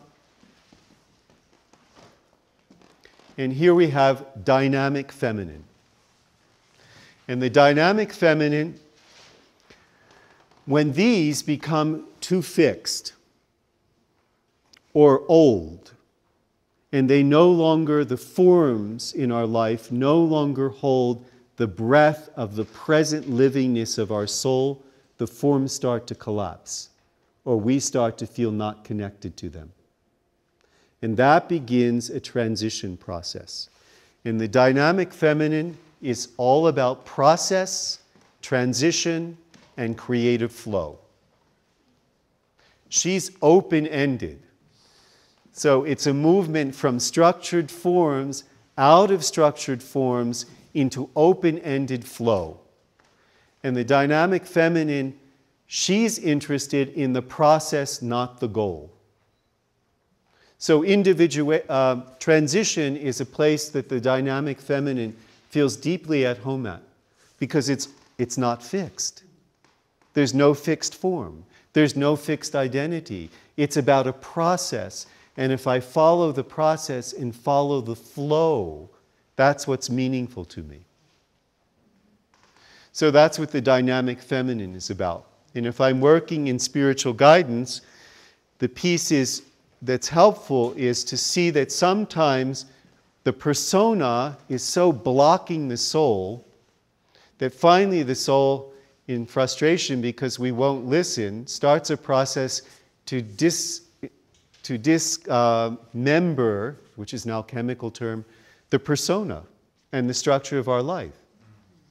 And then we're saying, there's a beautiful term John Sanford uses, which is, he speaks of the dark side of God, that the ego experiences, what's this dark side of God doing to me? It's breaking me apart in everything I've built. How awful. But it's not the dark side of God. It's this aspect of the soul that says, this form is just choking me to death. It used to give me incredible life. It's now choking me to death because the soul is moving on. And therefore it starts to break down, and I'm in process, I'm in flow. It's all open again, it's all open-ended, and I don't know. And the dynamic feminine, that is at home in that. Okay? So that's this model. Thank you. So you talked about from containing feminine to the dynamic masculine. That process was individuation. The next one you said was idealization. The next one you said was flow. What's the fourth one? Well, the fourth one in the model that was using has to do, he connected it to stages of life. And the fourth one is the movement into old age, in which I return also like the child in the sense that I'm aware of the larger container of life. But, no, this is a whole other piece, so I'm just going to name it for people who know. In Jungian terminology, I've gone from undifferentiated wholeness in the containing feminine to differentiation in the dynamic masculine, following that differentiation all the way through over here so that I get differentiated wholeness by the time I come back here. Differentiated wholeness. Yes. And that's a whole journey. It's a whole journey. At least briefly, what's the significance of 4 through all these? Is it the circularity? For Jung, 4 represents wholeness. When you get 4, you get whole, which is why he said the Trinity is incomplete. And the shadow in Christianity, the 4th is what was in the shadow in Christianity. The feminine, the body, matter, earth, all the things that are emerging now. Okay, take a big sigh, stretch. We're going to do one last one. Thank you. Yes, the guide has to go to the bathroom.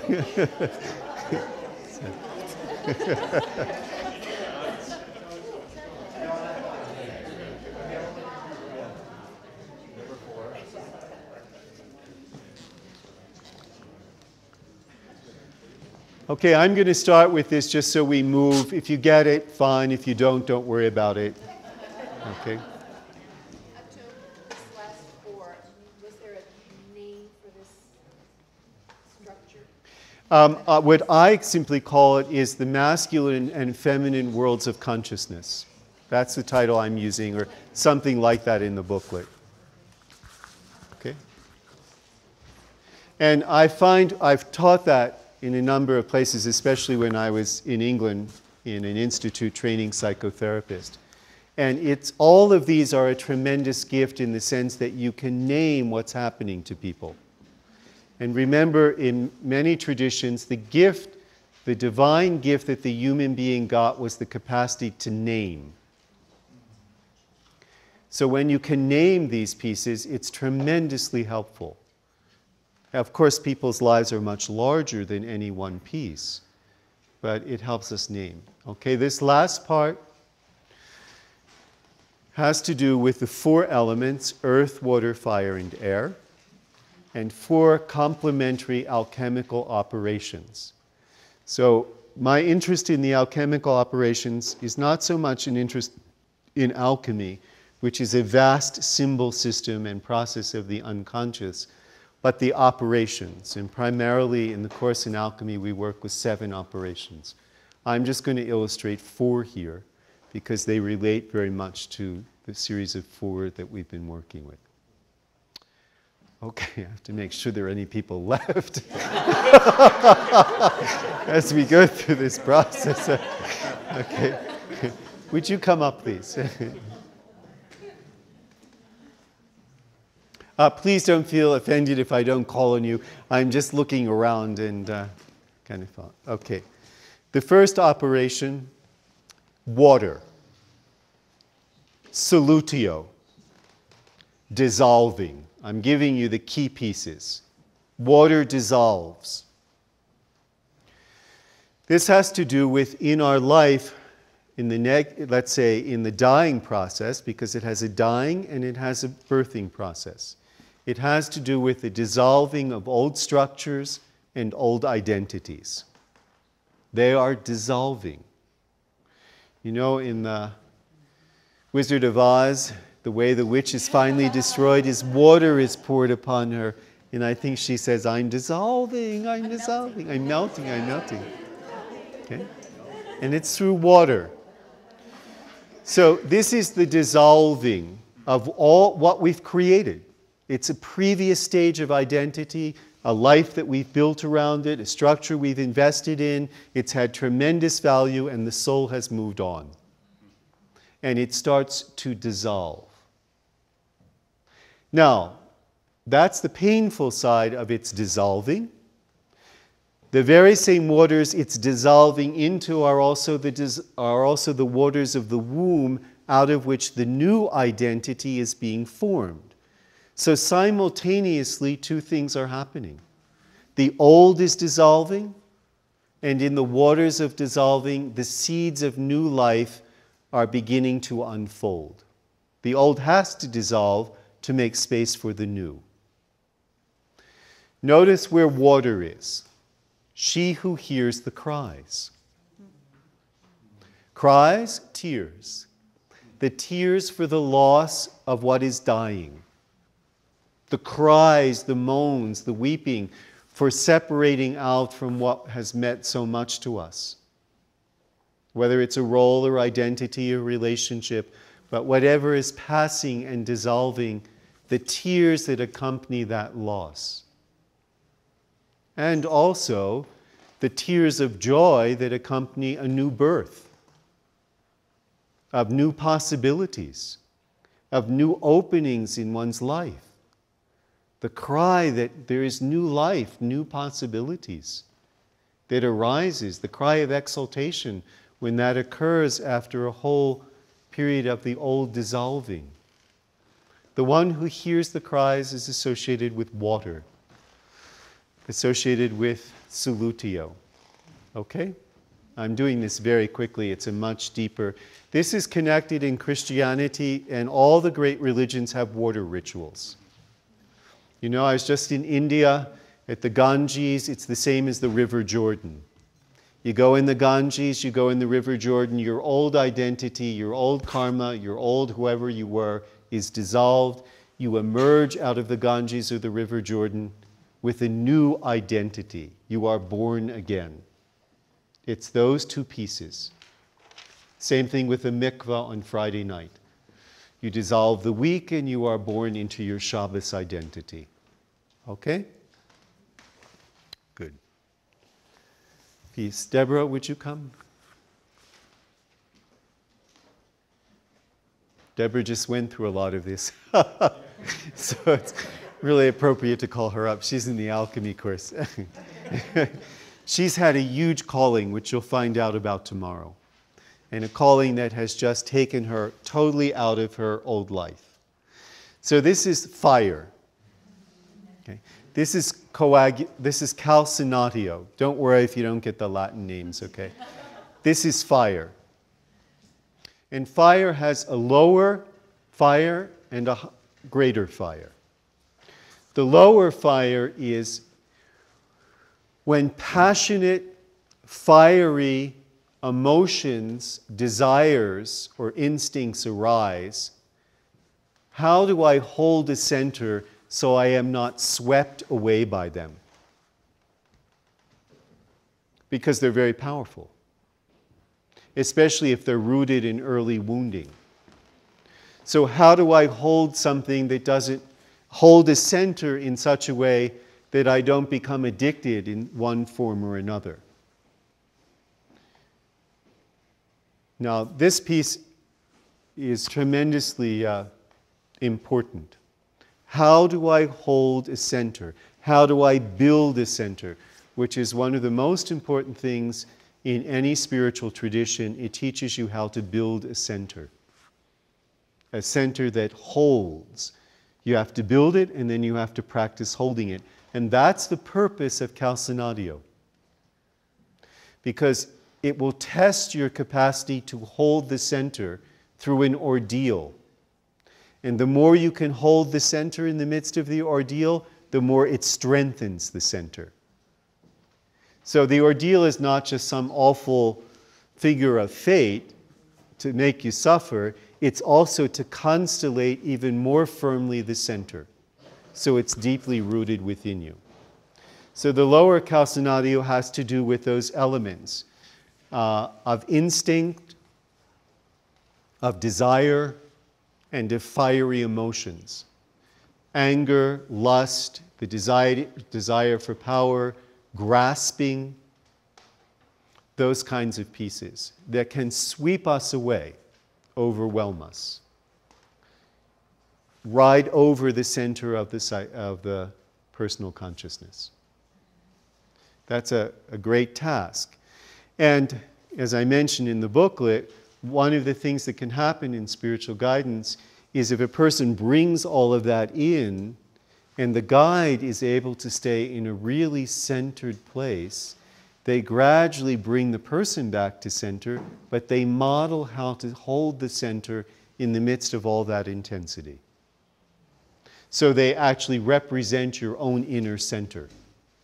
And then you see a modeling of the center that holds. With me? Okay. Greater fire, mystical experience. A realization that comes that shatters your whole way of how you've seen life or yourself or reality. A confrontation with death. An experience of the irrational, when you thought you've had it all figured out and the world all works perfectly in your order, and something arises much greater.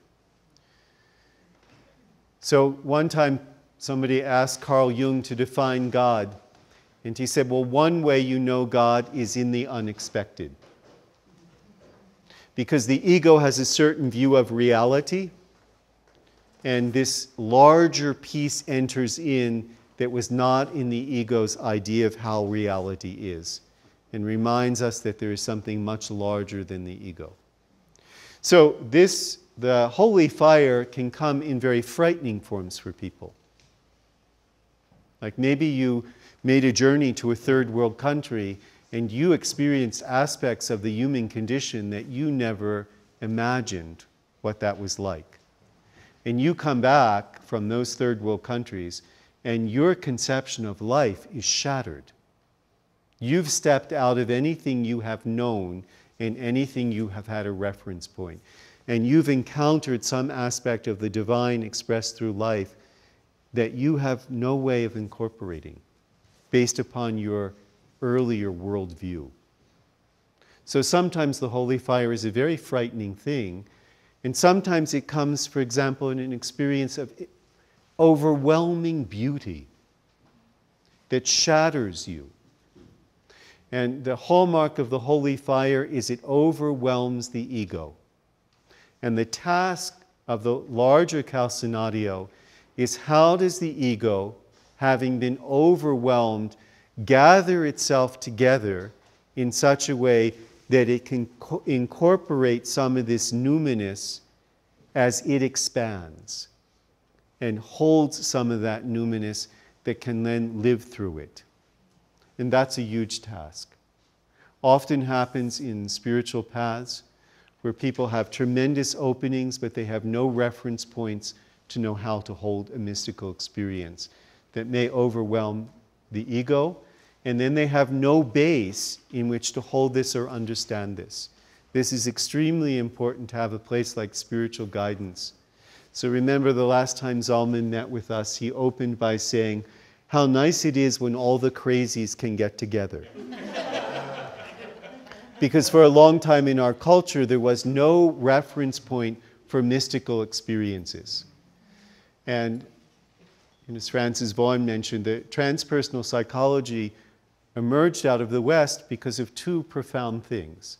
One is so many people got interested in Eastern meditation and drug experiences. That people came into psychotherapy with experiences beyond the ego. And psychotherapy then had to find a way of addressing those. So that's an aspect of the holy fire. And notice here we have the advocate of the soul. Because sometimes the call that comes to you feels like an encounter with the holy fire. How could I ever do that? I don't have the capacity to do that. I'm unworthy to do that. All those pieces that you may encounter when a call comes, just like happened to you. How's that ever going to happen? What happens if the call really carries me forth and I have to leave my job and all that's been known to me and move? You know, I mean, it's really frightening sometimes when it comes. And do I answer that holy fire? And to have someone who stands there and sees, this is a call of the soul. This is part of the holy fire that you're encountering and can support you both in the acknowledgement of that vision, that calling, and at the same time recognize the fragility of the ego as it tries to make this transition to something much larger, and especially to integrate.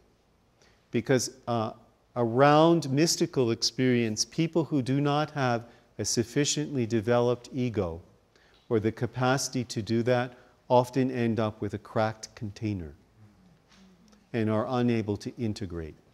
So that's an extremely delicate and important process with the holy fire. Okay, so we come to the next piece, and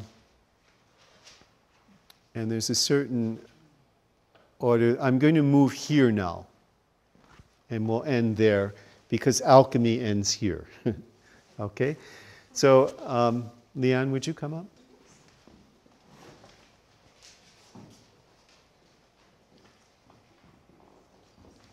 Now I come to air.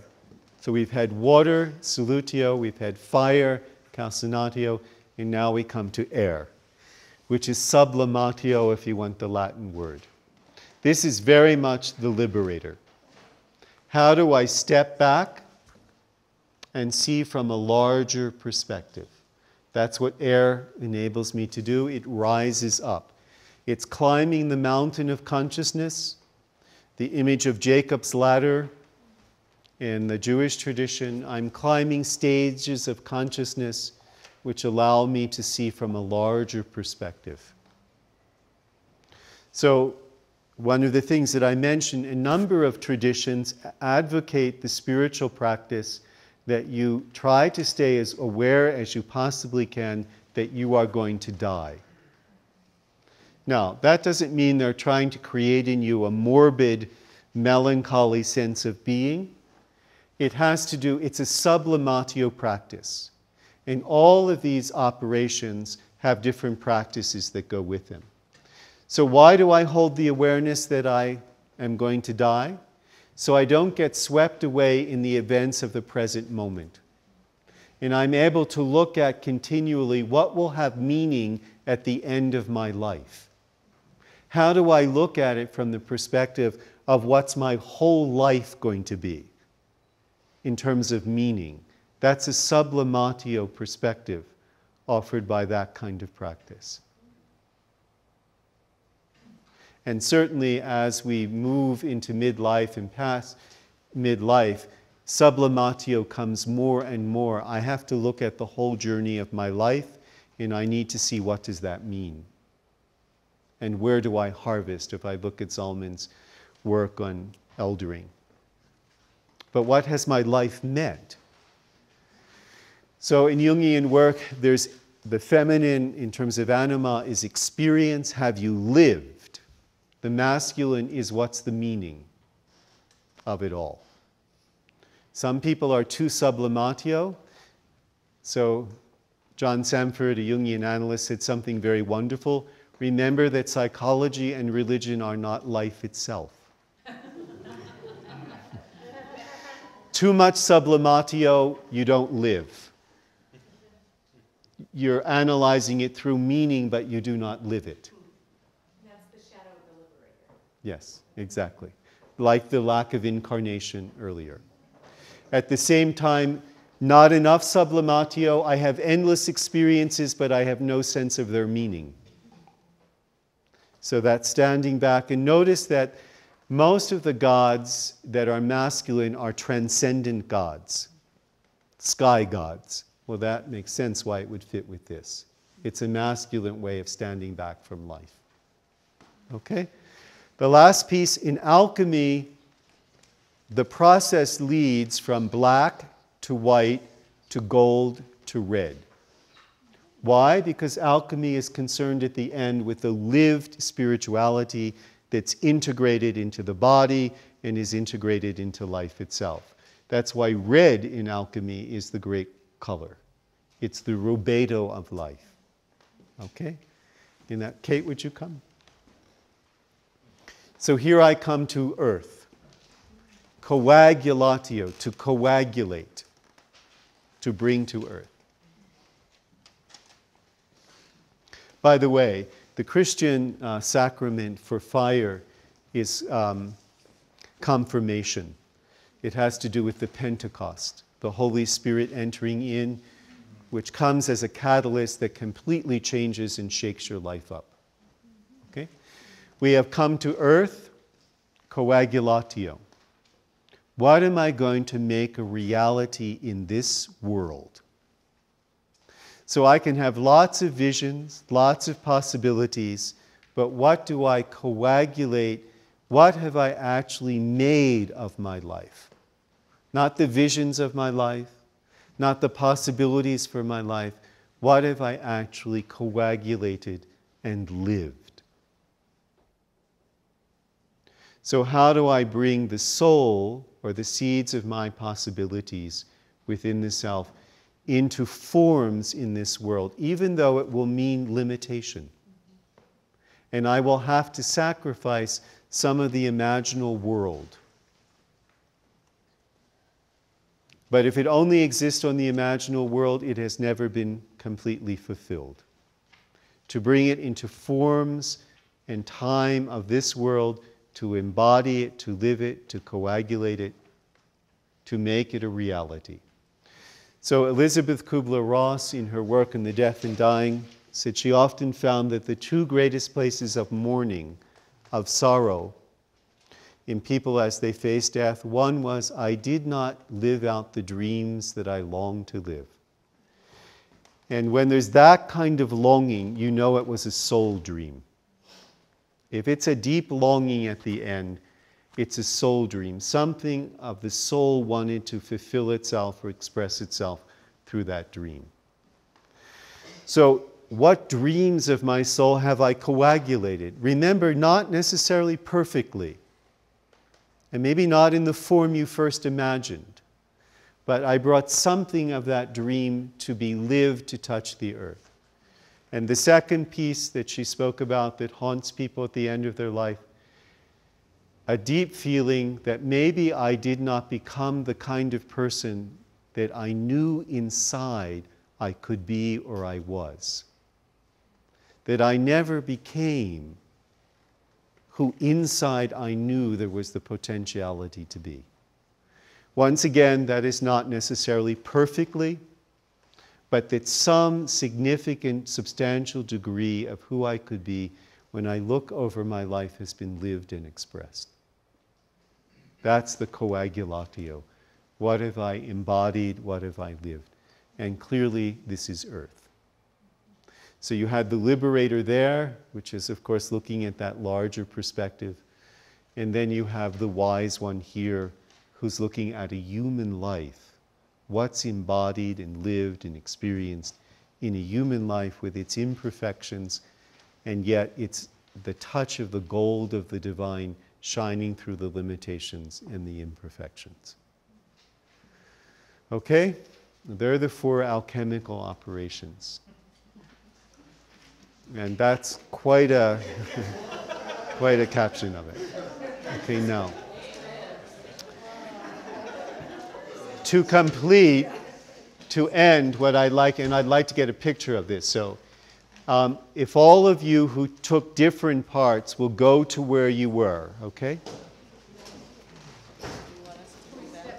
No, you stay there. Just gather yourself, okay?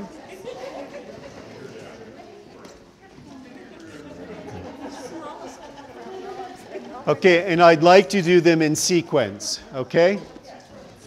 So in the inner circle, the first circle, I'm sorry, I told you wrong. In the inner circle have to do with the four ways of meeting. Ya Azim, okay? Ya Haq, what was the third?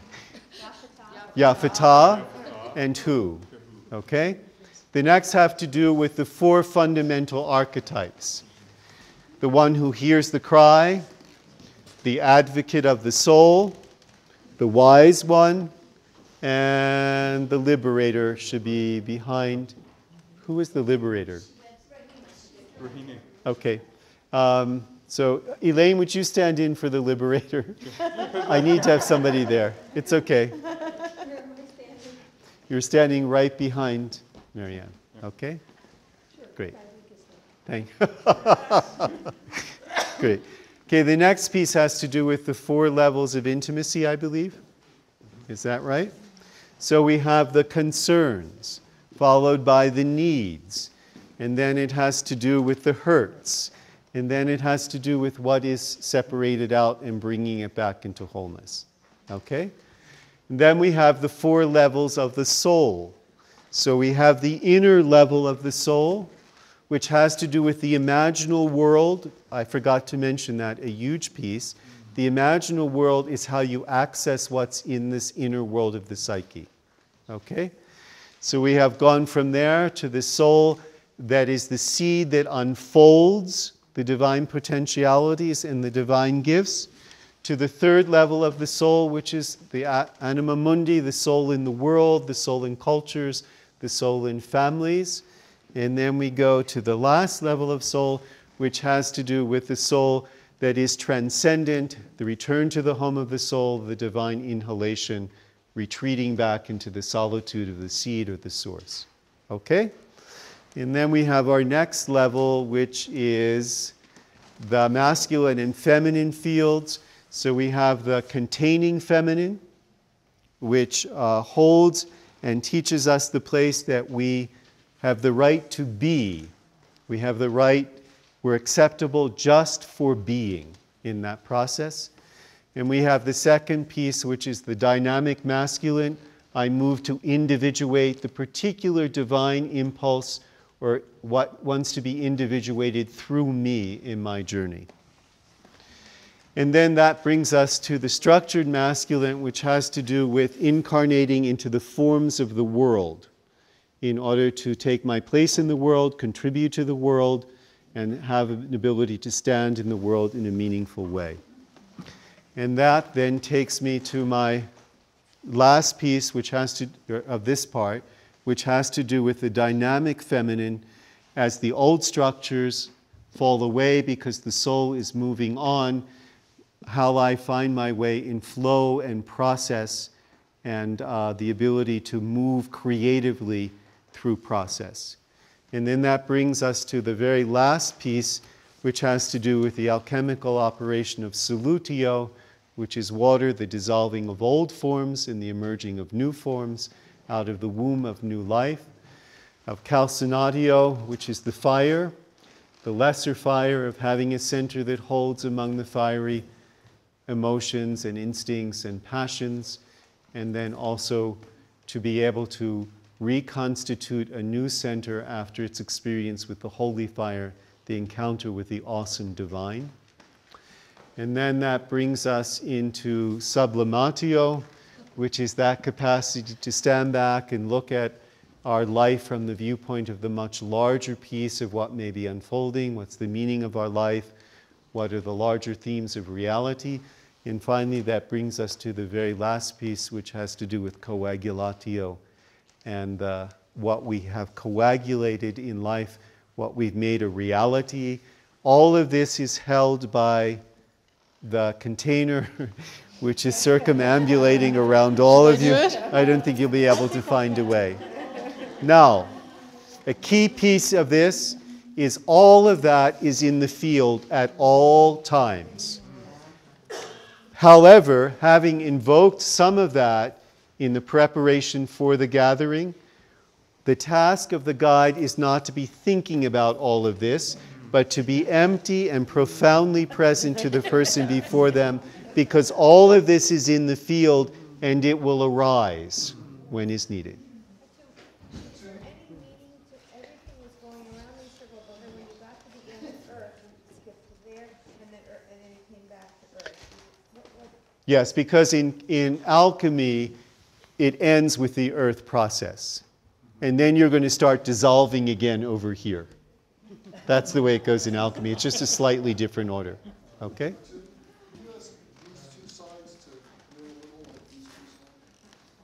I'm sorry. He's going to try to get a picture of the whole thing. Okay? Of the whole, which will be really helpful. Okay. So if you could all look toward the center for a moment till the picture is taken. You guys need to look in, okay? Sorry. Sorry that we'll lose your personal faces, but we need to look at what the structure is and label it, okay? One of the reasons I'm doing this is so that you know as a guide, all of this is in the field. If you're aware of it, you can invoke it as you begin. It's all there. So it will arise to support you because it's in the field. And it will continue to reveal. Now, how do you end the session? Okay. What I would offer this, okay?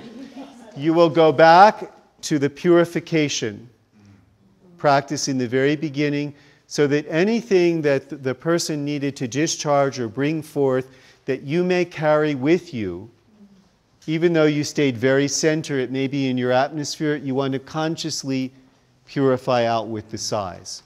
And then you stop as the final piece and you contemplate each of the fundamental archetypes that I mentioned.